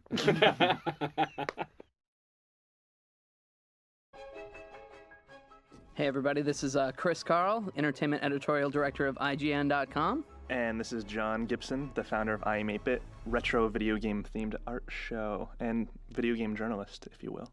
We are here today to talk about King of Kong and Fistful of Quarters and everything it entails. I still don't think that was necessary, that Fistful of Quarters part. Even though Billy Mitchell does look quite a lot like Clint Eastwood and has that same kind of sex appeal. You've got to imagine that he punches with a fistful of quarters just by looking at him in this shot here. But looking at his tie, not quite the worldly gentleman like Clint Eastwood is. That's true. He's very patriotic. He has probably spent his whole life in the United States. And here's the hero of the story, Steve Wiebe. In a Nike swoop shirt, which is very American as well. Except they make their stuff in China. I like how this movie actually sets them up. You don't know what to expect here in the beginning, but you quickly find out what these guys are about. And I feel like the filmmakers kind of got a gift of this story when they started following Steve Wiebe. No. You look at Billy Mitchell, you look at Steve Wiebe, you know who the villain is right away. You know who the villain is. It's Steve Wiebe. He's the guy in disguise. He is. He's the man in disguise. He knows what's going on through this whole thing. He knows how to work it. He's just messing with Billy's head. Because we all know, after the fact. You know what I find very funny about these T-shirts that these people wear is that they always have these like street sayings on them, like "represent," and I'm wondering if that guy has ever actually listened to a Jay-Z song in his life. I think the bigger question is, has that guy ever represented? That's true. Well, and where would he be representing? He doesn't drink. He doesn't smoke. His addiction is only video games. No. You're making assumptions here. No, he says that. Literally. He says, I don't drink, I don't smoke, I play video games, and that's a far greater addiction. He's a manipulator just like Steve Wiebe. He's just lying. He's just doing it for the kids. He is. It's the outward persona that he projects onto America through this movie. But in reality, he's a coke fiend.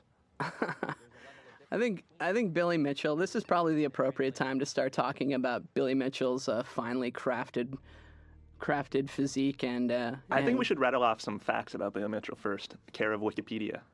Okay. We got some facts here. He is the first person to achieve a perfect Pac-Man score of 3,333,360. And for anybody who doesn't know what a perfect score on Pac-Man is, that means you hit every dot, every ghost, every map, and you kill the game at the end. Oh, let's do this quick. Frogger. Oh, breakout. No, that's Arkanoid. Oh, I always do that. All right, Centipede. Centipede, obviously. Battlezone. Berserk. Donkey Kong. That one, I knew that one.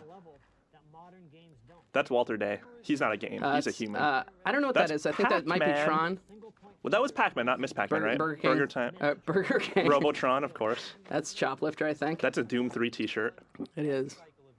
And there's some sweet stuffed animals in the upper left-hand corner there. Hubert, Gorf. Monopoly Pinball in the background. Yeah. All right, anyway, go this kind of zoom that they do on Walter Day is very much in tune with the Dateline child molester specials. They just kind of stop, and they're like, no, this guy isn't safe. I love this photo, by the way. They decided that in what year is this, 1982, that it's time for video games to have their own cheerleaders. But you know what this was, too? This was the editor-in-chief of the magazine, like, making a great play to appeal to the youth of America. Like, this was a risk for them, because video games weren't cool back then. I think... This was probably a huge staff meeting over the course of days. What is that on his neck, dude? That was the greatest hickey imaginable. Do you think... Possibly? Do you think he was getting laid back then? I think anybody with a Dawkins t-shirt back then was getting laid, and I'm pretty sure he had one. He's got the stash. this, I can't see that as a potential laying. Oh, dude, are you kidding me? The stash? This was like the kind of like this was the early '80s. That meant prepubescent stash. that just like meant virility. That was all about virility back then. Look, I mean, that is really obvious. That's from the actual photo. He's not even he's blinking with a hickey. And was that a stuffed animal? What do you under think, his arm? What do you think caused that hickey? Well, I was better than the best. I don't think it was a hickey, obviously. I think it was. 800,000 on his first man in that game. I think maybe a roll of hot quarters fell on his neck. I think it's an Ebola rash, maybe. I think he was making out with America, and America left a wet one on his neck. Is that defined by the Statue of Liberty, or was he making out with someone else who embodies America? No, America, the country. The entire country. Yeah. That would do more than leave a hickey. I think that might crush your body. It could. It could. I just think it's a poorly conceived caffeine injection point by needle. I think he, as a gamer, he just needed to stay up, and that's the best place he found to inject himself with that kind of energy. I was thinking it might have been like his early attempts at messing around with hot sauce, which they haven't gotten into it yet in the movie, but he has a hot sauce empire. I think people who are listening to this probably watched the movie already, or I would hope. But we thank you if you haven't and you chose us first. Yeah, what kind of person actually does that? You're kind of stupid for doing that, but they watch the commentary first. They don't get the actual content of the movie. I've never done that, but there are probably a few people. I think I've done that one time, but it was because I absolutely didn't care about the movie. And now that's the child molester special in reverse. Who's played even close. If you're making that comment. He still looks child molestery.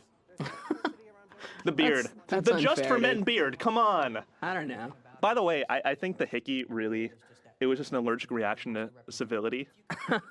I mean, as you guys know of watching this movie, Billy Mitchell, not the greatest human being to project niceness out into the world. It's true. He's kind of a harsh dude. I like how these guys, Walter Day and his friends, all think that he's a glamorous character. That he's got his own personal style. We've also started noticing the very odd settings in which these interviews take place, like a playground, and there's Billy's dad slouching in the chair. Gotta love him.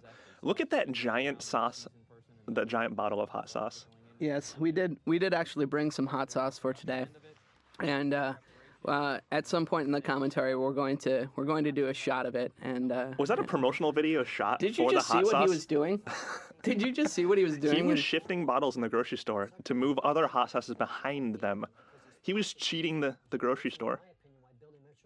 That right there is a character moment, guys. That's foreshadowing to what's going to happen. Yeah, it's absolutely putting out there what kind of individual Billy Mitchell is. Did you hear what I just said? Foreshadowing? My English teacher would be proud. Your English teacher's probably listening to this. Look at that Pac-Man graphic. Oh, back to the weird settings, like a playground, offices, like the kitchen. They interview people in not the typical sort of like hotel room green screen setting. Yeah, that's true. This guy. Then they got some crazy folk singers. That guy actually, I believe he has a special feature on this disc. I just read. Video. Billy Mitchell offered someone $100,000 for that screen you just saw, the glitchy Pac-Man screen. If someone could successfully pass that in about 3 months' time, it was like in 1999 or something like that. But no one ever passed it. $100,000. Now, this proves a certain point that most people probably don't realize. Billy Mitchell is one rich mother. Because he might have to deliver on that. Yeah, that that's hot true. sauce empire he runs, despite it not being on the West Coast and it being quite difficult for LA folk to order it, much like the experience we had. Yeah, I tried to order some hot sauce from the Ricky's website, and I got denied. They did not want to give me hot sauce. Just sad, but we got our hands on some anyway. Very covertly. Very covertly. Thanks, Louise. Thanks. So yeah, here's Steve Wiebe, the hero of this tale, and he's a math teacher. He is but a math teacher. No, I believe he's a science teacher, right? No, he's a mathematics teacher. Is he? I think. I think he says it at some point. He's a teacher. He's one of the non-creepy high school teachers, which is cool. Of children. Yeah. And what's interesting about him is he's kind of good at everything, He's like a great piano player. He's a great drummer. He's a good Donkey Kong player. He was actually the second in line for that Jack of all trades show that Bruce Campbell was on that was formerly syndicated. But Bruce Campbell was cast instead, sadly. That's true. Steve Wiebe is a much better actor. These are all facts that we're saying right now. These are factual. We are journalists, in fact, so everything we do say is true. Here's something interesting to note about his machine. He's actually playing the original Donkey Kong card in a Donkey Kong Jr. cabinet, which is, I guess it's something you can do. It's something I guess that's one way to play an arcade game. Another interesting thing to note is that his water heater is very clean. That garage is just, I mean, we have rat shit all over our water heater, which I just thought was normal. I just thought that came with the water heater. Yeah, that's one of those things. So I kind of get the sense through watching this movie that Steve's whole family kind of doesn't really believe in him. And, I mean, they have complimentary things to say about him, but... he sounds like a big joke to them. Yeah, I don't think that they really get behind his projects. I mean, he's trying to be a musician. They're not really behind that. He's kind of like that Walter Matthau. Not Walter Matthau. What's his face from Entourage? The old dude. The Bela Lugosi, Ed Wood actor. Why can't I remember his name? I don't know. Whatever. Kind of like that character that says he's going to do something, says he has great ideas, but then the trend that has been established is that he just fails miserably at all of them. So they just kind of don't really root him on because they just know he's going to fall on his face. Yeah. Which is sad. But he is a skilled individual, as I was saying before. Martin Landau. Martin Landau. Not Walter. Walter's dead. He's definitely got a lot of hand-eye coordination, which is what has made him the Donkey Kong player that he is. He plays baseball, or did play baseball, rock star. Yeah. Math teacher, which is the equivalent of being a rock star, pretty much. In my eyes. Mathematics are fucking cool. That guy's old. It's his father. He's got kind of a turtleneck. Let's not get into that. Oh, sorry, Dad. So, but I think it's interesting because he's kind of set up as the underdog in this scenario, and he's actually set up as, I believe he's kind of set up as the person who's not as cool as Billy Mitchell, but in actuality, I think we learn in many ways that he's a lot cooler throughout the course of the film. This is kind of an important point to bring up. Billy Mitchell is kind of a narcissist. That's true. And I would like to read from another Wikipedia entry about the symptoms of narcissism and see if you kids out there in TV land can be diagnosed with this. One of the symptoms is that you brush your hair 300,000 times each morning. But Chris, it is beautiful hair. It is. It's got such a sheen to it. I just want to run my fingers through it. Oh, did you see that? So they're cheating it here where they go across the side of the arcade machine, but we know it's a Donkey Kong Jr. cabinet. Yeah, that's right, guys. That's filmmakers. Magic. Film magic. We figured you out. We got you. We busted you. We got you on the run. You better recut this movie. You messed up. I like that this guy... Whose drawings are those, by the way? We decided they might be Billy Mitchell's drawings. We looked Donkey at the Kong Minute looks Maid product amazing. placement in that shot. He is a lawyer. He's pretty savvy. I'm sure he offset his travel costs with Minute Maid promotions. Well, my point was going to be that guy, that lawyer guy, he's the guy who originally lied about his score on Donkey Kong and set this whole thing in motion. And there he is sitting on a throne of lies in front of a bunch of law books. But I'll say this again, he is a lawyer, so what's the problem exactly? That's true. All right, we got some narcissism to talk about here, because it's going to be a through line through the whole movie. That's true. There's 9 different criteria for determining if you're a narcissist. If you just have a couple of these traits, you're probably a narcissist in training. If you have all of them, you're Billy Mitchell. So, number 1. I don't think he's been diagnosed by the DSM, though, sir. No, he's been diagnosed by Chris Carl and John Gibson right here on the King of Kong commentary. We are licensed to do such a thing. I looked at the internet last night, and I discovered how to diagnose someone with such a disease. It's cool. All right, so number 1, has a grandiose sense of self-importance.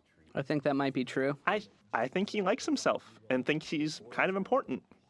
Number 2, is preoccupied with fantasies of unlimited success, power, brilliance, beauty, or ideal love.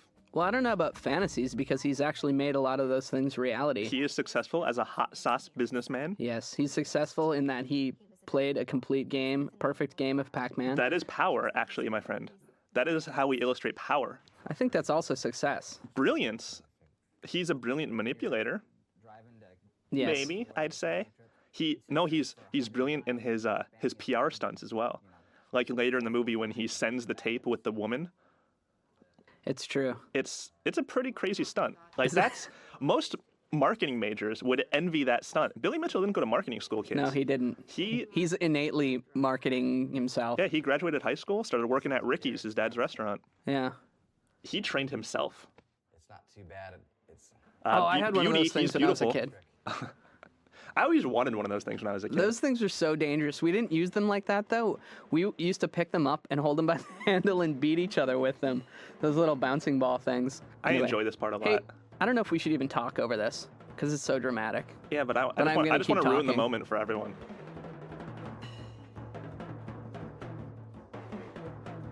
I like how they toss in all the lines. Like the basket, like it's his math brain going crazy. It's actually the through lines of his life intersecting. This is the beautiful mind moment where Russell Crowe goes completely crazy. I like it every once in a while when the frames go posterized too. That's a nice effect. Let's keep running down the narcissism. Look, they drew in lines for the stick swivels too. Beauty. Billy Mitchell is beautiful. And ideal love. So beautiful. You know what? When you see his wife in the movie, you will realize he found ideal love. And it's not his wife, it's himself. Number 3. He did. Yeah. Number 3, believes that he or she is special. That's in quotations, folks. And unique and can only be understood by other special people. So it's kind of like a Scientologist. I don't think we should get into Scientology right now. I don't think it applies. But it's fun to say. No one across that big length of time will ever be able to beat his world record. Is one of the things on that list that he attracts a cult of followers? Because I feel like everybody at Twin Galaxies and Fun Spot are kind of a little Billy worshipping cult, and you get to see evidence of that in the future. A little Billy? A little. I think huge, pulsating. Does a cult pulsate? I think it's possible. Billy Mitchell's cult does. Billy Mitchell's cult is kind of grody. Number 4, requires excessive admiration. Playing to your cult comment. Yeah. That's why one assembles a cult, so he can be admired. Here's the moment. Wipe my butt. I love how Steve Wiebe is so just proper that he says bottom. He does say bottom. Not butt. He says bottom. Yeah, he's not. If you notice, he does not curse throughout the whole movie. He doesn't even really say anything bad about anybody. No, I mean, this movie sits up there in the history of filmmaking as probably one of the most proper, like, family films ever made. Like, you got The Greatest Story Ever Told, and you got King of Kong. Yeah. I mean, these are movies for everyone. And I like to see that mirrored. Have you ever done transcendental meditation like Walter Day is doing here? No. And you know what other thing I never want to do? Is be the guy that washes all those bed sheets. That's true. That's a lot of bed sheets. It is a lot. And they're all white. Yeah. And I have a feeling transcendental meditators, they probably sweat a lot. I think that's part of it. I'm not sure. I haven't researched it fully, but I think sweating is an important part of all meditation. Check out that sweet stash, guys. All right, we got number 5 here. Strong sense of entitlement. Billy Mitchell feels like he deserves these things. Yeah. I think so. That's a pretty easy one. Walter opened the door to Number 6, takes advantage of others to achieve his own ends. Oh, then we have that tape giving to Dora's self. That's obviously him taking advantage of her in order to get his ends. It's also called friendship. I don't know. Friends are just a means to an end, Chris. It's true. What do you think I'm using you for? I haven't really figured that out yet, to think. But I'm sure there's something cool that we're going to use each other for. But I should also point out that taking advantage of others includes corporations. And by Billy Mitchell reorganizing his hot sauce to be in the front of the grocery store aisle. That's true. Shelves. He does reorganize a lot of hot sauce. That's number 6, guys. Number 7, he lacks empathy. He doesn't. I I love this video. I love the music. I love the polarization here. The awesome, like, I love mid-90s. Walter Day. I think he's possibly the best possible referee for this kind of activity. He's just so quirky and awesome. You know what I think? I'm just assuming here. I'm just speculating, but I think Walter Day may have owned the referee outfit before he became the official video game and pinball Book of World Records referee for Twin Galaxies. There's so many layers to Walter. Look at him. He's an artist. We've seen glimpses of his songwriting abilities. He's obviously he's a scorekeeper. He's a promoter. Does he talk about the drugs he took? Transcendental meditator. I think they kept the drug stuff out of that movie proper, but he did take a lot of gnarly drugs. No, he reportedly. Well, he allegedly reportedly took a lot of drugs. Well, I wouldn't say allegedly because he copped to it. He admitted to taking a lot of gnarly drugs. So I think if you admit to it, that's like your favorite word. I do like the word gnarly. I'm not gonna disparage. 2600 records, gotta watch that. These things take. This guy has every single Arnold Schwarzenegger T-shirt ever made. He's wearing the Governator shirt. He's got a Terminator shirt. I think he wears 3 separate Terminator shirts in this movie. I envy this guy. Do you do? Let me tell you why. Because look at how he's doing mad exercises. Oh, that's badass. But he works harder than pretty much 99% of all Americans out there. That's true, and he doesn't get paid for it. Yeah, he doesn't get paid, and he look at his gets a couple hours smile. of sleep every night, and he enjoys this. He's laughing at the kid. Wipe my butt, Dad. Wipe my butt. Wipe my butt. He appreciates this because he looks at so many tapes without audio. That's true. That he considers this a gift from Steve Wiebe. That's true. Look at his face. He also can't believe saying, "Enjoy this." He can't believe that Steve Wiebe broke the 1 million mark. And here's what I'm wondering: how did the filmmakers know to be there on that day when he was watching that tape? Yeah. Okay. Did he call him up? This movie is accidental. Yeah. There's so many instances in this movie where they just got so lucky. Yeah, I do feel that way. But that's what a documentary is. Like, you go in, you think you know what the story is, much like doing anything, much like writing a book or writing a news story for anything for a magazine. I've gone in many times preparing for an interview, not knowing what you're going to get, and it comes out totally differently. But, I mean, it seems like they were going a long, long while before they really realized what they really had, what that story was. Well, apparently when they started the project, they were focusing on somebody totally different, and then Steve Wiebe kind of came to the forefront as this guy who's kind of like the perfect hero. Like, this is not a nerd movie. This is not a movie for gamers necessarily. It's not targeted towards that key demographic. It's not that niche that everyone, wouldn't market a movie like this to. It's a mainstream, very cool character story. It's good versus evil. Oh, yeah. And that's why they don't really cover a lot of bases like the history of Donkey Kong, things like that. Like, it's meant to be 2 guys. It's almost rivals. It's like a Western, except it's like a Western where at the end of the Western, there's no showdown in the street, and you feel ripped off because of that. All right, so who's Russell Crowe and who's Christian Bale here from Yuma? Like, which is which? Well, I mean, if you're going to make the Yuma comparison, I believe that Russell Crowe is the more charismatic guy, but he's supposed to be the villain.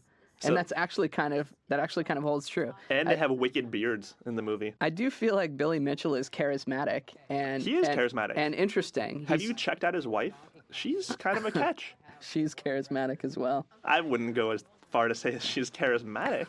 That's what you implied. I'm not implying I'm saying he's charismatic, and from his charisma, he's managed to like a magnet attract this really busty Latina woman. That just happened. He's a boob man, whatever. I don't judge. Right on. I don't judge Billy Mitchell. I like him smaller. Number 7. Here's Mr. Awesome. Oh, God. Before we get to number 7, I think this guy might also fit into the narcissism. And he's also got a dose of paranoia, too. Like, I think he fully feels like the world is messing with him. Wait, there may be narcissism in Mr. Awesome, but like, let's admit to wait the a world, second. we all have narcissistic tendencies. There he's got it again. Oh, look at that. Look what he's doing. No, I'm going to say this once. If you call yourself Mr. Awesome, you're narcissistic. You don't even have to look up rules. Hey, Dad. You're calling yourself Mr. Awesome. He's got a pants tent going on. A pants tent. I'm sorry, that just happened. He is rocking a pants tent. No, with Mr. Awesome, he's so self-aware He's this awesome promoter of himself, and I sorry for using awesome to describe Mr. Awesome. It's a little redundant. Yeah, oops. But I feel like he's probably more of a civil, cool dude than Billy Mitchell, because Billy Mitchell really believes all this stuff. I think Mr. Awesome it's a public persona, like he's putting it on. You know, it's my personal feeling that Billy Mitchell is trying really hard to cultivate a badass personality for this film, and like just the way he portrays himself in general. He's just trying to cultivate this thing, and it ends up kind of just ringing a little false because I don't think he's a very good actor. He's not acting. That's him. No, I think he's That's trying. him. Agree to disagree. No. Look at those sweet stuffed animals, guys. Okay, by the way, is Skee-Ball the best game ever? Why does he have a name tag on? He's at an arcade. I don't even know. Bill asked me to do, but I didn't have time to go do it, so Brian did it. Went there with By the way, what's your top Donkey Kong score? Mine's 76,000. What's yours, Chris? Can you even get to double digits? No, well, here's the thing. I'm really, really bad at Donkey Kong. I know we're doing this commentary, but it's one of the most enervating games ever made, as far as I'm concerned. It's, I think my top score is like 25,000 or maybe 30,000 all time. No, just the ones you've witnessed. You've seen me do 20,000, but yeah. By the way, like 20,000 is pathetic. I have to witness it for it to be true. Oh wait, then my 76,000 doesn't count. Exactly. I once cheated Chris, and I went into the maintenance menu, whatever they call it, and tweaked my my lives and gave myself like 8 lives. Yeah, we actually purchased an arcade machine to do this, and we've been playing it. And I have been sucking massively, and John is slightly less sucky than me. But neither of us is on the sort of athletic plane as these guys. Got a gnarly piece of poontang by being sensitive and considerate. He calls himself Mr. He used your favorite word, gnarly piece of poontang. He did, and I think it's funny that he says gnarly piece of poontang. Where is his penis? Where is his Lord. penis in there? Oh my Lord. I think they forgot to put the penis in. No, I think it's taped to her arm. Like down her arm? Yeah, it's taped with electrical tape to her arm. That would. That would he's really shaven. smart. It doesn't hurt. So what they're not actually telling you about this particular guy in this segment of the movie is that he actually posed for Playgirl, and then they just showed the spread, but they don't. Yeah. But they don't tell you what it is. He posed for Playgirl, and he put his own number. And and sperm count, which is really interesting. That's important. I believe the disinformation special is on the special features, so you should definitely watch it. But yeah, he put all that information in his Playgirl spread. His phone number, his like weight, height, his length. You know what I'm talking about. All that fun stuff. All the stuff that the ladies care about. Yeah. But he's a catch. It didn't really just attract ladies. No, it didn't. It attracted some dudes. It attracted also dudes. Which is what fine. happens. Steve Wiebe is the one who had unlocked the secrets. Let's get back to our arcade achievements. No, we got to cover the narcissism thing. All right, let's get over that because I feel like we've got 2 stunning examples of it in this movie in Billy Mitchell and Roy Schilt, aka Mr. Awesome. Well, number 7, we got lacks empathy. This is true. Billy Mitchell doesn't realize at all what he's doing to other people and does not feel for them. Number 8 is often envious or believes others are envious of him or her. Now, he's not envious necessarily, but no, he definitely believes other people are envious of him. Absolutely. And he's like, it's almost like a mania with him to protect that. Like I think he actually cultivates that too. I feel like he wants people to envy him, and that like adds to his self-worth. I envy him. I don't envy him. No, I don't envy him for the reasons you think I envy him. I've never had a righteous mullet like he has, but that's not really a point of envy. Ask me why I envy Billy Mitchell. Why do you envy Billy Mitchell, John? Because I could never comb my hair as much as he does every morning. You don't have enough hair to comb I know, as much my as head's shaved. Yeah, it's not good. You can't see that because this is only audio. This gamer potentially has a fraudulent score, has upset Billy's mental. This is crazy, by the way. I don't know how I feel about this whole conspiracy theory that they messed with his board and that he's actually, cheating by having some gum on his board or anything. I don't know all that much about circuitry, but I don't feel like a little bit of Diet Pepsi spilled on a motherboard is really going to change the outcome of a score. I feel like it would make it either break or work. I don't know. I was playing Home Alone 2 Lost in New York on the NES when I was little. Not recently, of course. Yeah, 2 weeks ago. I was playing it in my room on a little Commodore monitor, Commodore 64 monitor. And for some reason there was a glitch the time I turned that game on. and I couldn't die. I was invincible. And so I left the system on for several days because I was so excited that I couldn't die. Did you beat it? I beat it, but I didn't want to turn it off even after that. I still wanted to leave it on. And so eventually the system kind of overheated. So and you couldn't play any of their games? I had to turn it off, but then I turned it back on and the glitch was gone. Weird things happen, my friend. Weird things happen. If you're against it, you're a son of a gun. Maybe a little speckle of dust landed on one of those processors and it caused my invincibility to happen. That could happen, but I just feel like they're looking for something that isn't there. And that's kind of a theme of this movie, is that they're essentially, in the beginning of this movie, they're just trying to discredit Steve Wiebe the whole time. Like, no, because they know he's a champion. They know he's... They know he's got the eye of the tiger, and they want to deny him that. And I don't like that. He is a hero. Yeah, he's a hero to us all. He is a hero. So what do we have left on the narcissism list? Oh, we finished narcissism. We've proved that Billy Mitchell, by our accreditation standards. I mean, this is me and Chris. We're not psychologists. No, we certainly Even though aren't. I like to think I am sometimes. I'm a psychiatrist, but not a psychologist. What's the difference? I've never known. Psychiatrists get paid. I think that's the difference. Psychologists don't get paid? Well, Why would you go to school for that? Exactly. You're a liar. I'm a big liar. So here's the other thing I find very interesting about Mr. Mitchell, and I don't think it has anything to do with narcissism necessarily, but it definitely has to do with nationalism, and that's his extreme patriotism. Yeah, evidenced by several of his ties that we've seen so far. I mean, he's rocking the Statue of Liberty tie. He's got the American flag tie. I think he's got an eagle tie at one point, and he's just all about righteous America and us triumphing over all other peoples. He likes to put USA as his arcade tag. Yeah, so his Latin friend knows that USA conquered Mexico. Like there's innate racism to that. No, I don't know if it's racism. I think it's nationalism. I think it's straight up nationalism. And that guy's shirt was rad, by the way. There's some superiority going on there that is race related.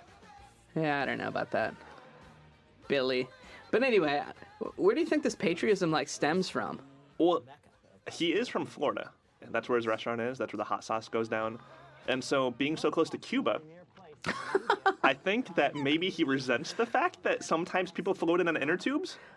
Get off my beach. I think. Maybe. Lord. Yeah. Classic games are coming here to do what they do best. Play well. I mean, if you live in a like LA, think about Middle America versus we live in Los Angeles. Right, but Billy Mitchell lives in Florida. What is this, by the way? This is one of my favorite movies. That is nerd rage. What just happened there? I want to watch an hour and a half of that guy. I want to see. I want to mad. follow that guy around. And you know what he was throwing in the back of his trunk there was a power strip. Had the power strip malfunctioned? No, the power strip failed him. Had the power strip malfunctioned in a hot game of asteroids? Oh wait, this is the best. This is the best. It's Steve Wiebe attempting to call out Billy Mitchell on the phone. Talk Billy Mitchell. This is the most polite smack talk you'll ever hear. Hi. Hello, sir. Hi, Billy. Yeah. Hi, this is Steve Wiebe. Yeah, that's W-I-E-B-E. Hi, I'm calling because I believe that your Donkey Kong score is subpar. But it's just my opinion. Just mine. Not everyone's. It's just one man's opinion. Walter Day invited me out there. He invited me. Well, the second call. He does make a second call later, after he's a little more frustrated. And he says, "Hello, bitch!" After he's already shed tears. And that one's a little more confrontational, but it still doesn't really come close to what I would call a call-out. Look at this tie. I love this woman. The man in black. Surprise! This woman... that sounded like a cartoon voice. Surprise! Doris Self, she's got some stories locked away in that old head of hers. Hey, let me tell you something about Doris Self. In the old official video game and pinball book of world records in Twin Galaxies... Oh, besides holding a world record, she has sweet taste in fashion. Did you see that awesome leopard shirt she had on, that cheetah? Animal prints are definitely in this year. Now, she actually doesn't hold the world record, and she's trying to set the world record at Fun Spot in this, and that's why... She did at one point. Oh, no, she was second place or something. She's second place. She has a score on the Gottlieb Kubert machine that came out in 1982 of... my birth year. 1,112,300. and she said it. Oh, actually, it's not a Fun Spot record. I apologize. She said it at Cloverleaf Golf and Games in '84, and she's been chasing that record for 23 years. That is dedication. Yeah. Imagine chasing something that long in your life. I'm 24 by the time this commentary comes out. 25. Yeah. I don't. My entire lifetime has been dedicated to what she's been chasing with Hubert. Yeah, that's a really long time to play a game, actually. And I don't know if I've actually... Oh, with the exception of probably Tetris. Tetris is probably the game that I've played most regularly for the longest amount of time. What do you think for yourself? I played The Legend of Zelda for the SNES for like 8 hours straight. That doesn't really count. That's like a one-day record. I didn't pee during that entire time. Yeah. Well, what's the longest time? I played Diablo once for 14 hours. But Halo parties. These are people. Maybe. These are people who... Halo 3 just basically came out. I bet you there were people who played it straight through without actually taking a pause. I mean, and that's kind of like the legacy of video games these days. Is that people are going on and playing games for 20 hours straight just to beat them. No, I don't believe so. He didn't say anything to me. We're kind of in an arcade setting now, and I wanted to talk a little bit about your arcade experiences in general. This is a dying breed. It's a dead breed, actually. There is no experience that you can have in an arcade now that really simulates that 80s awesomeness of walking into room that's just full of coin ops. I feel like the interesting thing about arcades now is that since console games have taken over, and that's partially due to Nintendo. I think Nintendo started that with the NES. That's pretty much one of the reasons that the arcade died.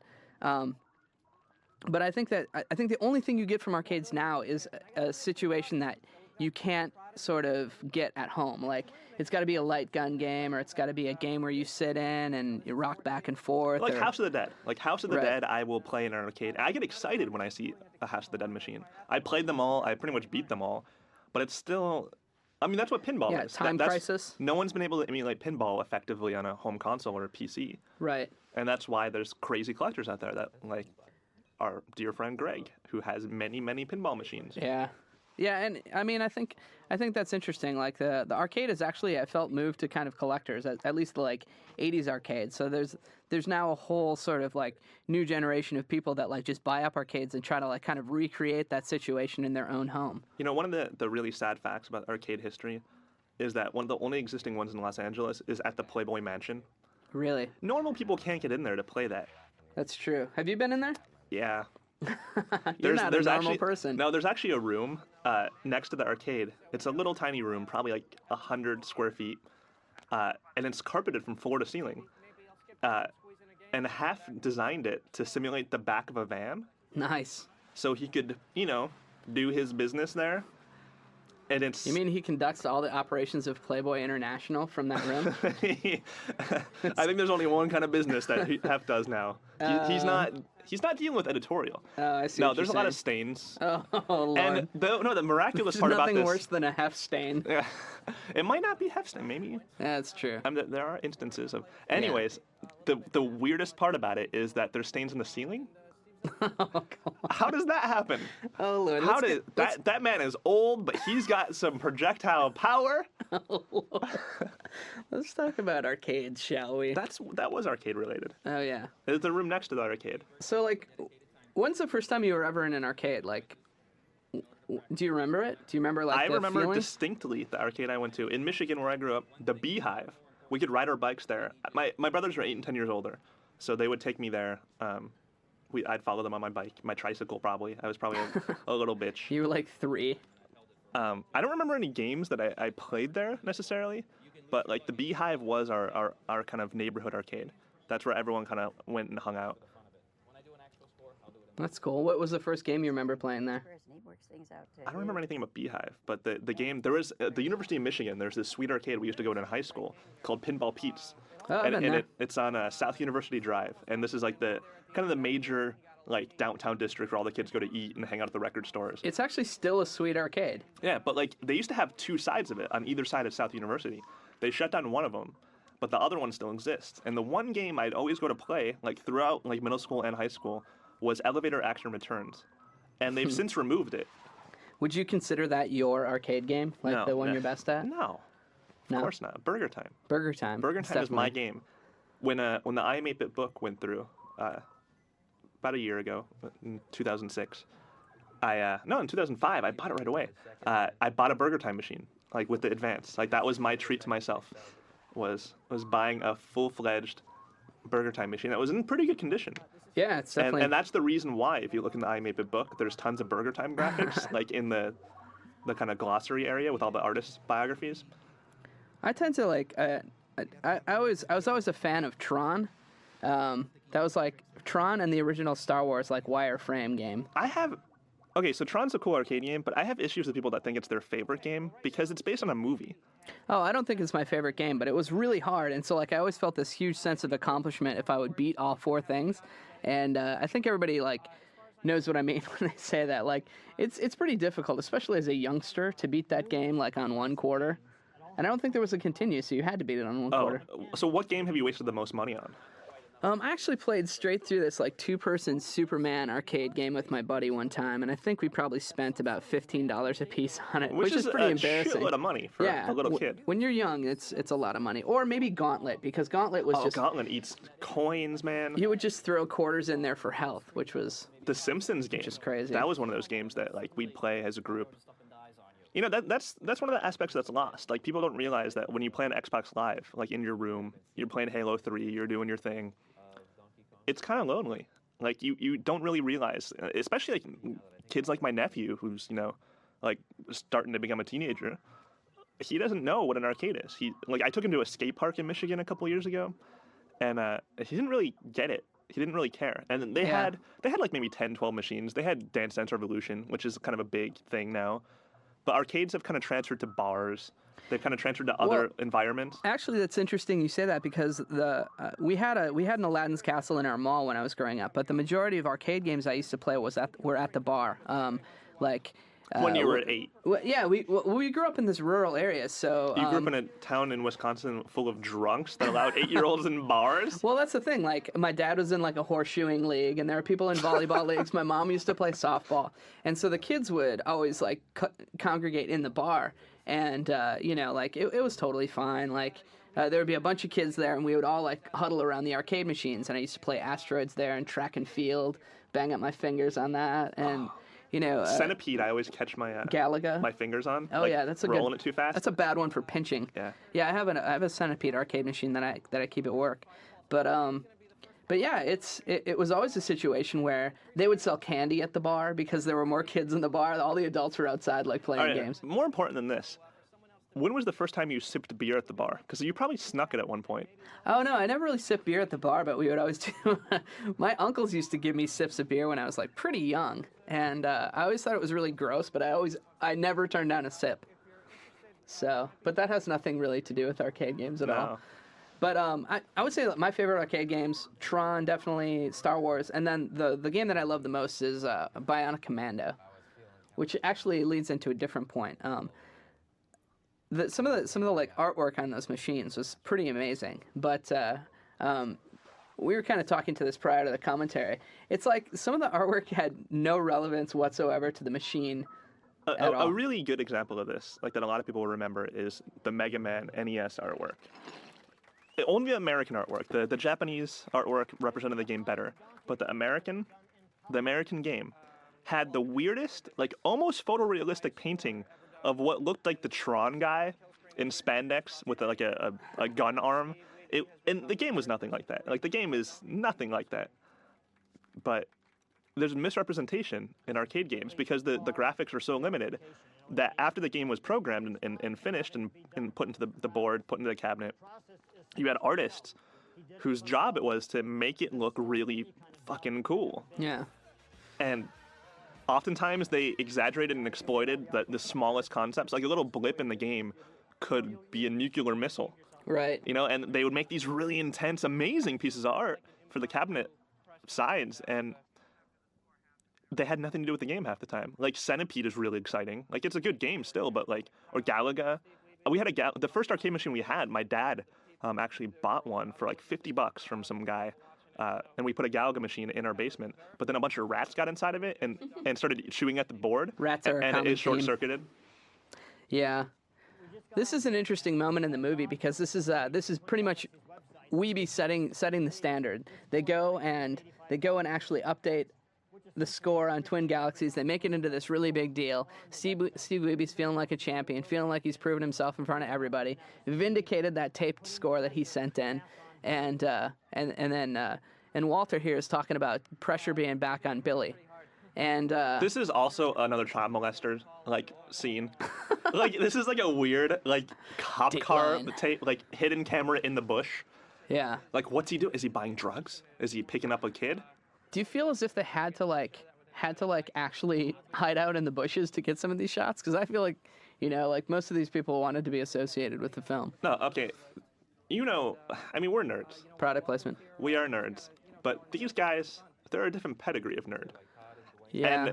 And nerds, the larger and kind of more experienced you are at being a nerd, you want that attention. Like, you want to share your knowledge of whatever it is, like sci-fi, comic books, right, movies. Like, when you get the opportunity to just talk about it with anyone, like the grocery store, like on the bus, on the airplane, which I hate. I hate when people talk to you on the airplane. Yeah, it's no fun. They will do it. I had a woman once on an airplane tell me that she was intimate friends with the Clintons, and she was trying to tell me all these secrets about Hillary Clinton, and I'm like, I am a complete stranger. Stop doing this.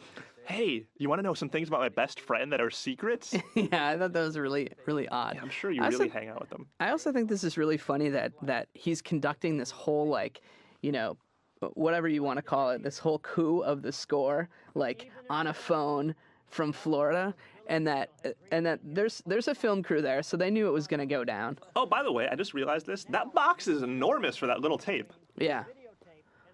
Wait, that wasn't the videotape, because Doris had it in that little. She had it in that little padded envelope. Oh, then our guy in glasses over there was just cleaning out his car. He just had some trash in there. I think he had an extra VCR. That's what it is. And I love that they stood the TV up on its side like that. I mean, that's good stuff. My friend Ara loves shooters, and he has a special TV actually that he turns on inside just to play shooters. Because in emulation, Ikaruga and all those. Oh yeah, Ikaruga. Oh man, he was one of the designers on the Red Star, that Acclaim game. Like right when they wrote a business, company folded, and it was his dream game. Like he was working for Tips and Tricks magazine, big into strategy, much like you with IGN in your early days. Yes. And his first job out of the gates was working at Acclaim, making a shooter. This is his dream, and the company folds.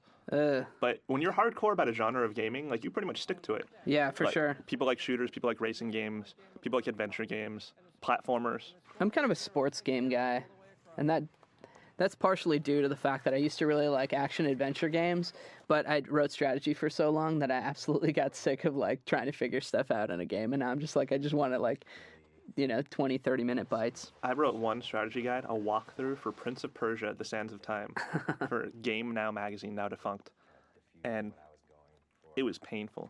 Well, it was just a walkthrough. I didn't have to play it a million times like you did. Yeah, that's why I respect these people, actually, is because coming up with strategy to video games is not as easy as it looks, and being exceptionally good at a video game is some kind of talent. Do you think that video games are sports? Or competing at video games is sport? Recently, I've been playing Pac-Man Championship Edition on Xbox Live. And for me, a sport is you sweat. It's physical activity. You're working yourself out somehow, whether it be, part mental, part physical, all physical, a combination therein. I sweat so much. I get so worked up playing that Pac-Man CE that I can't help but think it's a sport. It is about endurance and stamina.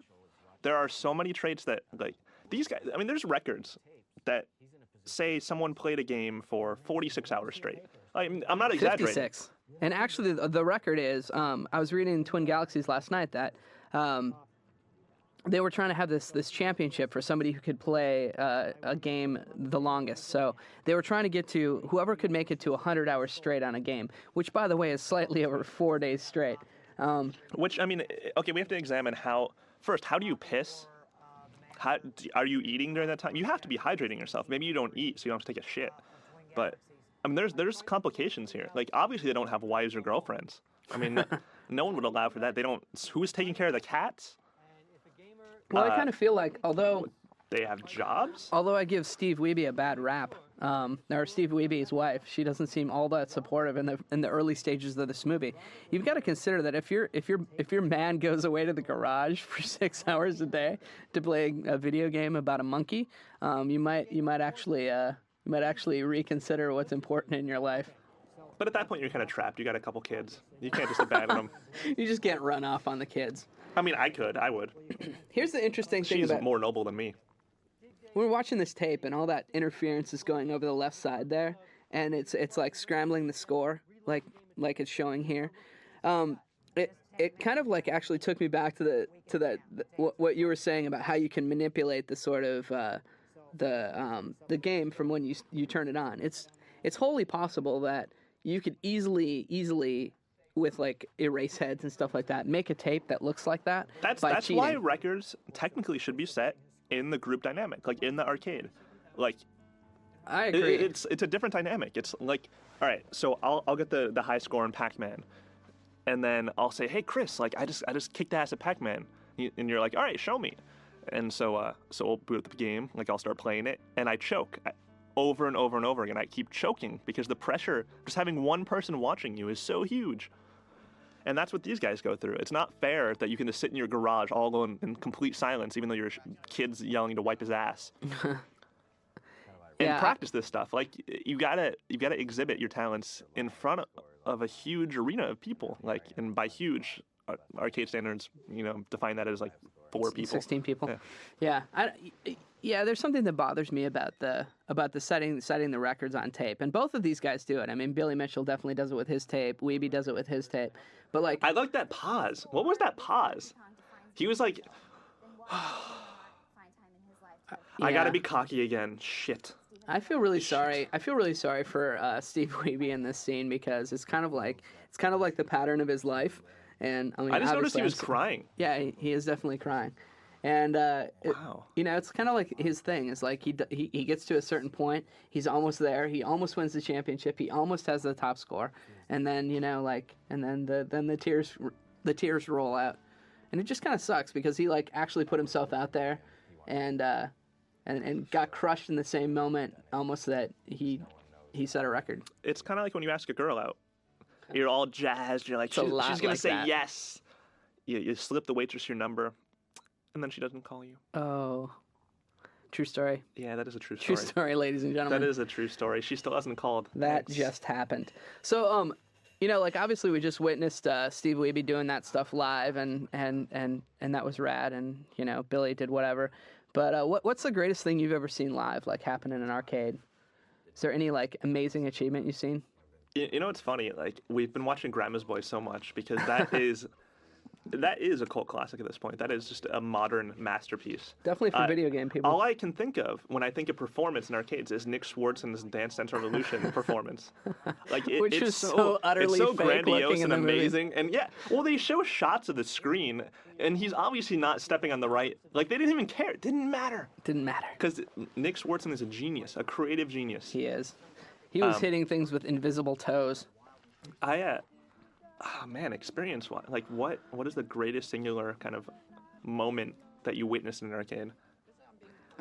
Fighting games for me. I've witnessed a lot of just like guys just taking off, like dude after dude that comes up and puts their quarter on the machine. Yeah, I've seen a fair amount of that. I've also seen what me and my friends like to refer to as the crazy comeback, where somebody gets beat down at the beginning down to like 1 millimeter of their health, and the other person's like almost full health, and then it's crazy comeback time. Tables are turned. The guy gets in some righteous combo. Yeah, but it's not even the righteous combos though. It's every now and then, like Mortal Kombat. I have a vendetta against Mortal Kombat, and this is why I never really liked that game. Do you have a bounty out on its head? Mortal Kombat 3 is just ridiculous, but yeah, I want to kill Mortal Kombat. Just like it murdered me. People would play me in arcades and like on the NES, Genesis, whatever, and they would trap you in the corner. Yeah. And they would just keep tripping you. In Street Fighter, you could do that in kind of too. Yeah. Well, you can actually catch people in combos in Street Fighter. Street Fighter is a superior game. Mortal Kombat's total ripoff. Well, the Mortal Kombat was the answer to Street Fighter. Mortal Kombat was the game that the American game that came out to compete with Street Fighter. And I feel like it is a lesser game. It's definitely a knockoff. USA. Oh, he's talking about his USA right now.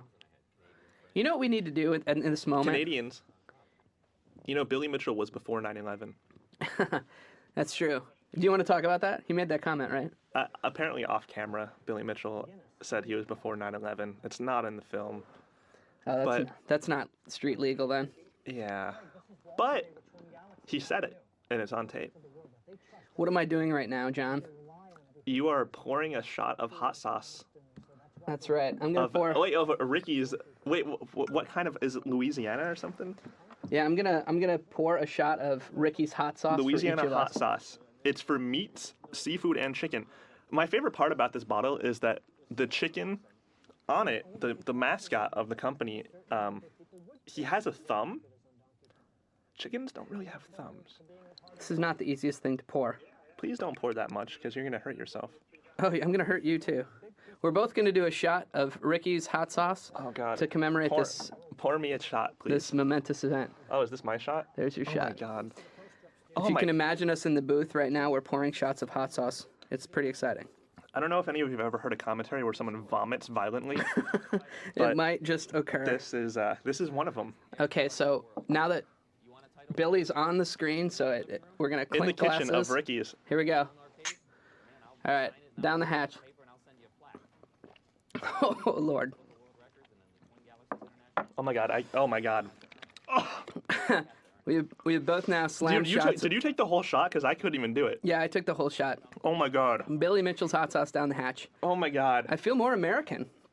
I actually feel pretty American right now. Oh. I All feel right. like my urine's going to burn when it comes out. That might not have translated as well to audio as it did, in person. Oh, my God. I'm sweating a little bit now. But it was potent hot sauce. I can't say it's the most flavorful hot sauce I've ever tried. What you've just heard is like guerrilla NPR. That was commentary history in the making.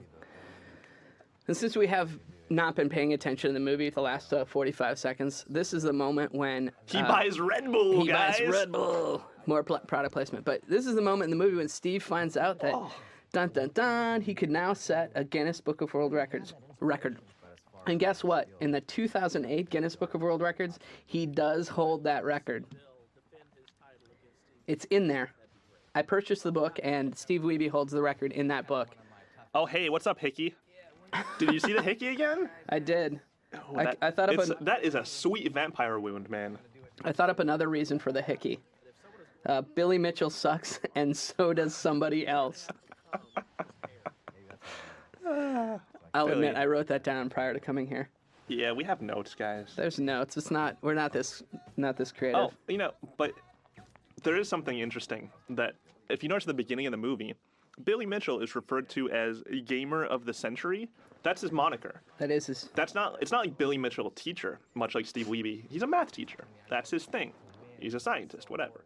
He's a bus driver. No, Billy Mitchell is the gamer of the century. I take umbrage. Alternates for that? Lamer of the century? That's an easy one. That's an easy Lamer of the century is pretty good. This is one of my favorites. Most spectacular fashionista.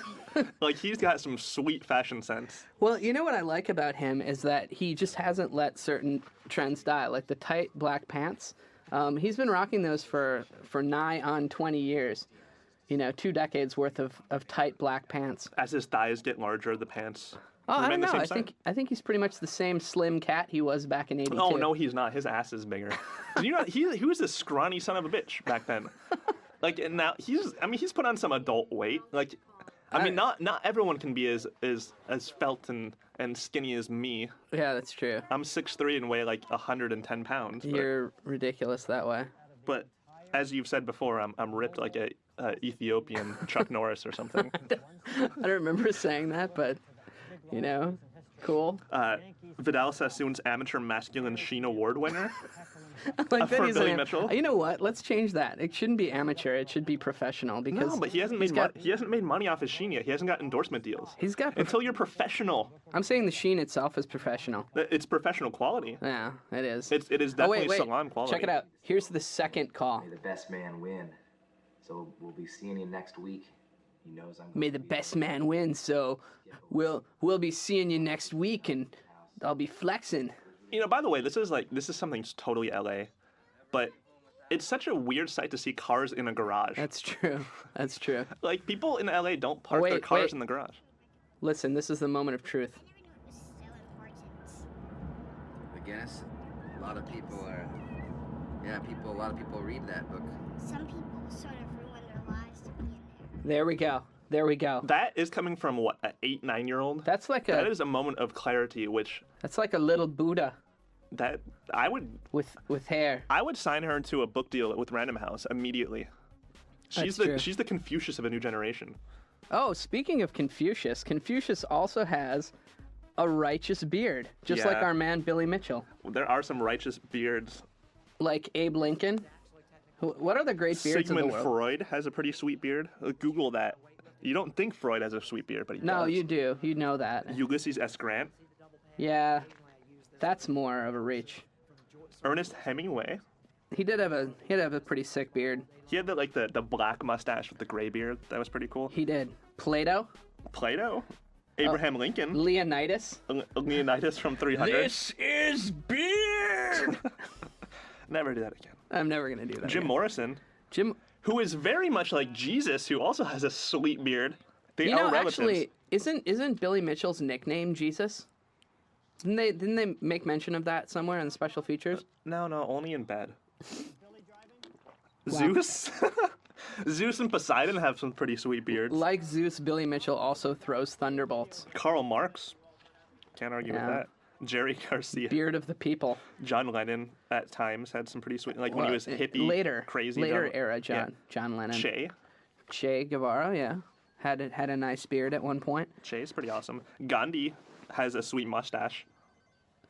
Oh yeah, if we're gonna get into mustaches and comparing him to Mario, I would say Frank Zappa.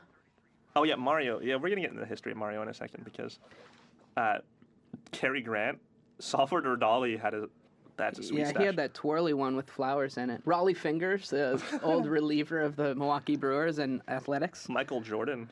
Michael Jordan had one of those mustaches that was kind of like that kid that had the mustache when he was 13. He was the first kid in high school to get the mustache, and he retained that stash. Yeah, it just didn't grow any further. That's what Michael Jordan. He's Michael Jordan, star of Space Jam. You gotta respect that. You gotta. Yeah, that's what we're gonna remember Michael Jordan for, is star of Space Jam. No. I have never watched a basketball game in my life, says John Gibson. You know what I remember Shaq for? Shaq Fu. Shaq Fu. Steel, the movie Steel. I've watched basketball. Yeah, whatever. Well, I know.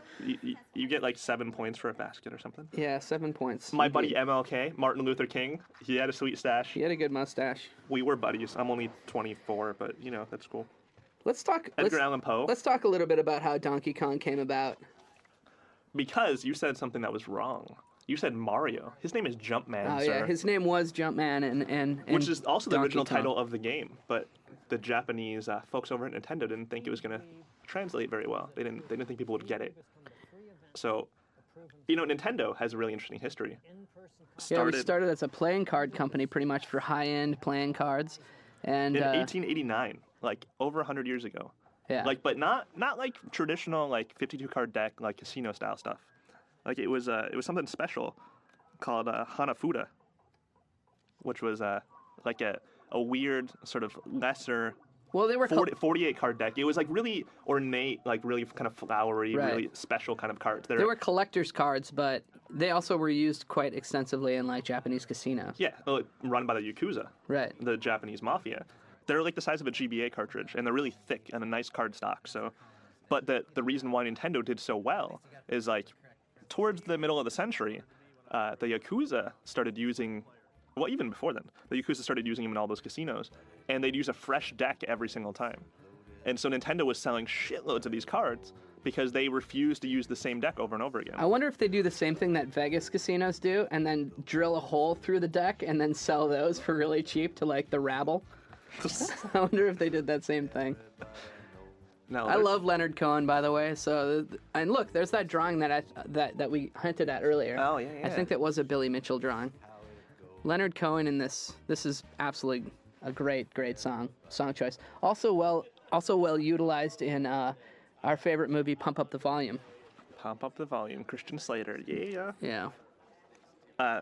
Instant Rice, Taxi Company, Love Hotels. These were also ventures of Nintendo in the 60s. And if you don't know what a Love Hotel is, it's hotels in Japan that are themed.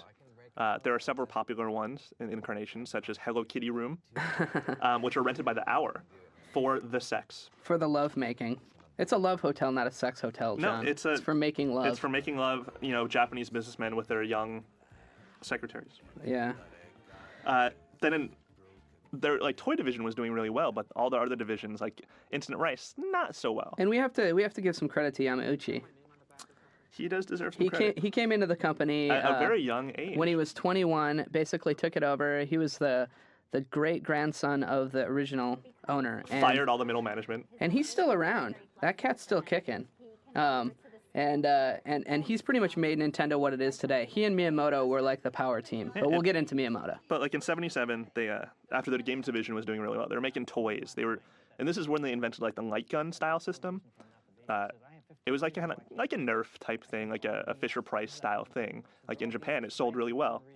So in '77, they decided to kind of venture into the electronic arena, with interactivity. So they licensed the tech for a Magnavox Odyssey system and turned it into a thing called TB Game 6. Game 6. Which was basically 6 incarnations of one game. Well, and it was in that, it looked almost like a plastic round edged Kleenex box. Yeah, it was at its time, it was inventive.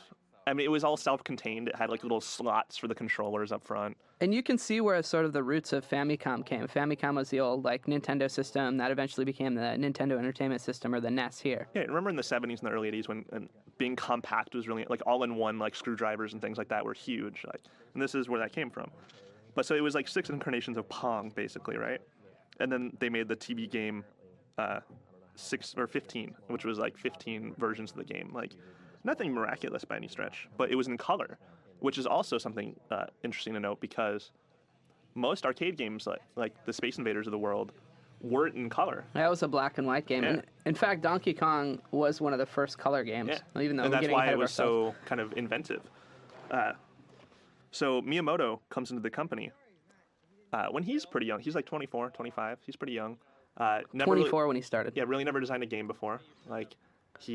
But he liked tinkering. He liked messing around with stuff. He was very logical in his grasp of what would work and what wouldn't. His original goal when he came into the company was that he wanted, or what he wanted to do with his life is he wanted to design a killer product. He wanted to do a sweet phone design or something like that, or the hula hoop. No, but I think he got that and then some out of his career by this point. Yeah. So he was working on clones for Space Fever, which was a Space Invaders clone. Basically, everyone was ripping each other off back then in the arcades. For sure. Much like Twister and Tornado or Dante's Peak and Volcano. One studio has an idea for, a really original idea, mind you, like Volcano. Yeah, where'd you get that from? You're right. Nobody has ever seen a volcano before in the world. It trends. The trends follow everyone. So, right. At one point in the video game industry, hardcore nudity was a trend. It actually happened several times. And then everyone realized you can't just depend on boobs to sell a game. They actually have to be fun. They also have to look like boobs. BMX XXX, anyone? Yeah, exactly. Custer's Revenge for the Atari. Custer's Revenge. Which is not only a game about nudity, it's a game about rape. Yeah. Which is not cool at all. No, I don't understand how that game ever saw a market. It's about Custer, our poor General Custer, so undervalued as a human being, yeah. Raping an Indian woman at the stake, and the sole goal of the game is for you to basically traverse your way from the left to the right, while arrows from fellow Indians trying to protect their woman, their tribesmate, from being raped. It's really. There's no defense. This is before the ratings board was there in the gaming. This is stupid. Anyway. So Sheriff, Space Firebird, all these games Miyamoto was doing the cabinet art for. He was designing characters. But there was one game in particular that Miyamoto designed some art for called Radar Scope. And Nintendo's American division had just opened up. It was the son-in-law of the president. So, it was all in the family. It was kind of a touchy thing. And so the son-in-law really wanted to prove himself. He wanted to really do well. And Space Fever. Oh, you know what? And those games weren't doing so well in America. Here's the moment. Here's the moment where Billy Mitchell absolutely makes a fool of himself. He's basically saying that you have to be there live. You know, this is hard for me to believe, by the way, too. How can her, as the wife of Billy Mitchell, not ever watch her husband play video games? Like, because I feel like he drifted away from actually playing them competitively for many years. Yeah, but that's what it seems like, at least. Like he's not gonna set a record live, and he's basically just like standing in the background just to is try that an to... American tie? No. What is that tie? Not that I can see. Someone email us and tell us what that tie is. So yeah. Yeah. So Nintendo. Not to just to finish this point. Whatever. Finish your point. I'm not going to listen. This is the absolute, like, shining... This is the time when you could have come in But and they're waving like yourself. they're Disneyland characters. Like Goofy and Pluto are going away, guys. You could have gone and been a man at this moment. And this is the problem. This is where I feel ripped off. Is that if this is a Western, and Billy Mitchell's the guy with the black hat, Steve Wiebe's the guy with the white hat, Billy Mitchell doesn't even draw his gun to gun Steve Wiebe down and still wins. Because he doesn't have the balls. Yeah, he's all talk. I bet Billy Mitchell was really nervous when he walked in. I bet he didn't know what to do. Oh, you could tell. Yeah. Body language experts could tell you. But anyway, back to the history of Donkey Kong. So Nintendo, they ordered some machines in Japan or in America in their newly opened division, and Space Fever, Sheriff, 1980 weren't doing so hot. Americans didn't really dig them. So Radar Scope was a pretty big hit in Japan, and so. Kind of in a big move, the CEO in America, the president, ordered 3,000 machines. Whoa. And it took like 4 months for them to arrive by boat from Japan. Over ordering. Yeah, by the time they arrived, and they could only sell like 1,000 of them. They had 2,000 sitting in the warehouse, 1,000 got pushed out, and everyone pretty much hated the game. Like, it wasn't a good game. So well, it was a rip-off game like a lot of the games. Yeah, I mean, it had no originality to it. It was purely an accident that it was popular in Japan. So they had 2,000 machines sitting in a warehouse. The president says, hey, can you guys design a new game? We can switch out the boards and switch out the cabinet art and put something else in there. And so the only designer available was this guy Miyamoto, who was just a staff artist, a little guy. Like, he was just designing characters and stuff, never designed a game before. And so he went for it. And he wanted to design a Popeye game first. But they went through this whole thing with King's Features, who owned Popeye, and Nintendo couldn't get the rights. And also, it's probably a really good thing that he didn't get the Popeye license, because the world wouldn't be enriched now. No. Now we have Mario, we have Donkey Kong, it would have been we have all a that sassy stuff. licensed game, and most likely it would have been a very similar game, because Miyamoto even says he modeled like the archetypes of Popeye, Bluto, and Olive Oil. Right. As those characters in Donkey Kong. Like, even though he went for a bustier character in with Pauline, who's the name of the heroine. Pauline is the buxom babe, and like he considered Olive Oil kind of ugly. Yeah, thereby establishing the fact that Miyamoto is a breast man. Yes, indeed.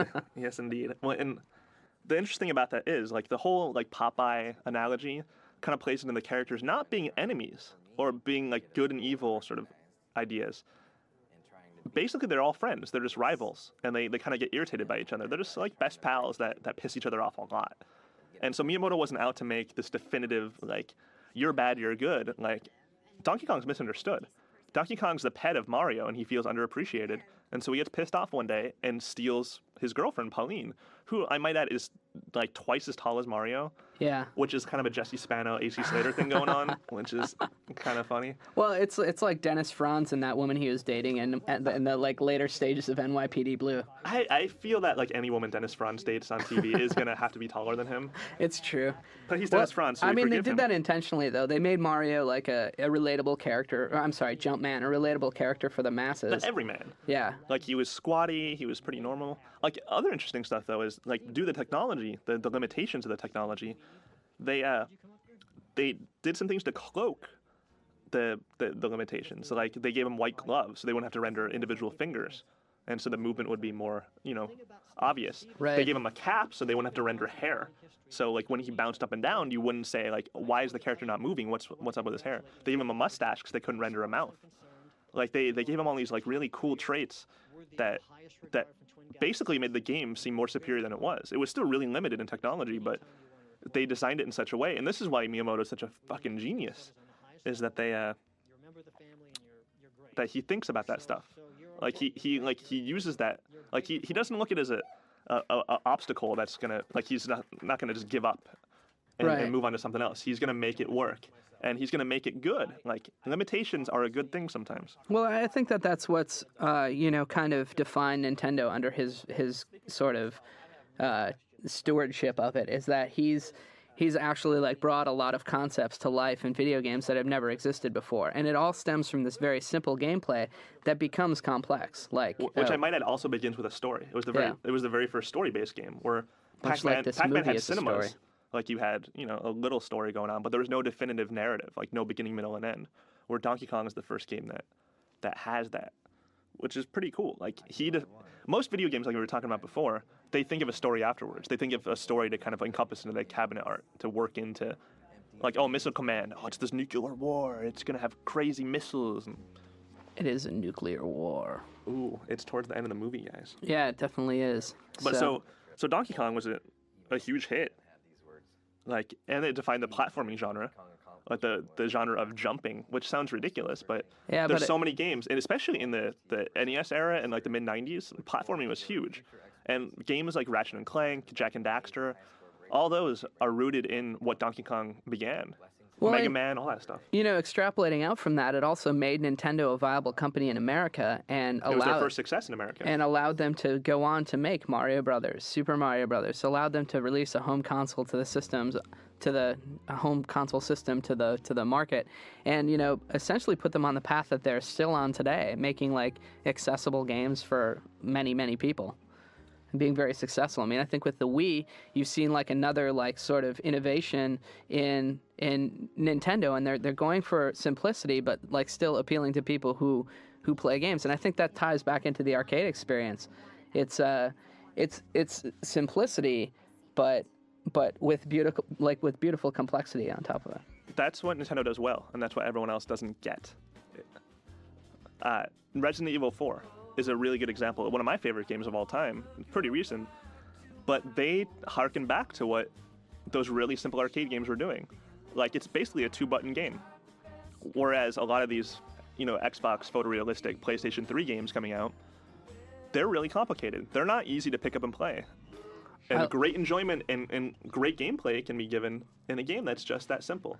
And that leads to battles like this, epic battles, and being staged across time and space. I suggest everyone try the tactics that are discussed in this game, or in this movie rather, for playing Donkey Kong. Like the baiting the barrels and like forcing them into like one set of ladders versus the other set. You'll really respect. It's hard. It's really hard. You'll actually really respect these guys even more when you sit down and try to play it. And and you'll also respect this score. You'll respect the hell out of this score because it's very, very hard to achieve. Try sitting in a chair for 2 hours. Actually, since this... Just not even doing anything, sitting in a chair for 2 hours. Yeah. That's tough. Since this moment, this score has been reset a couple of times.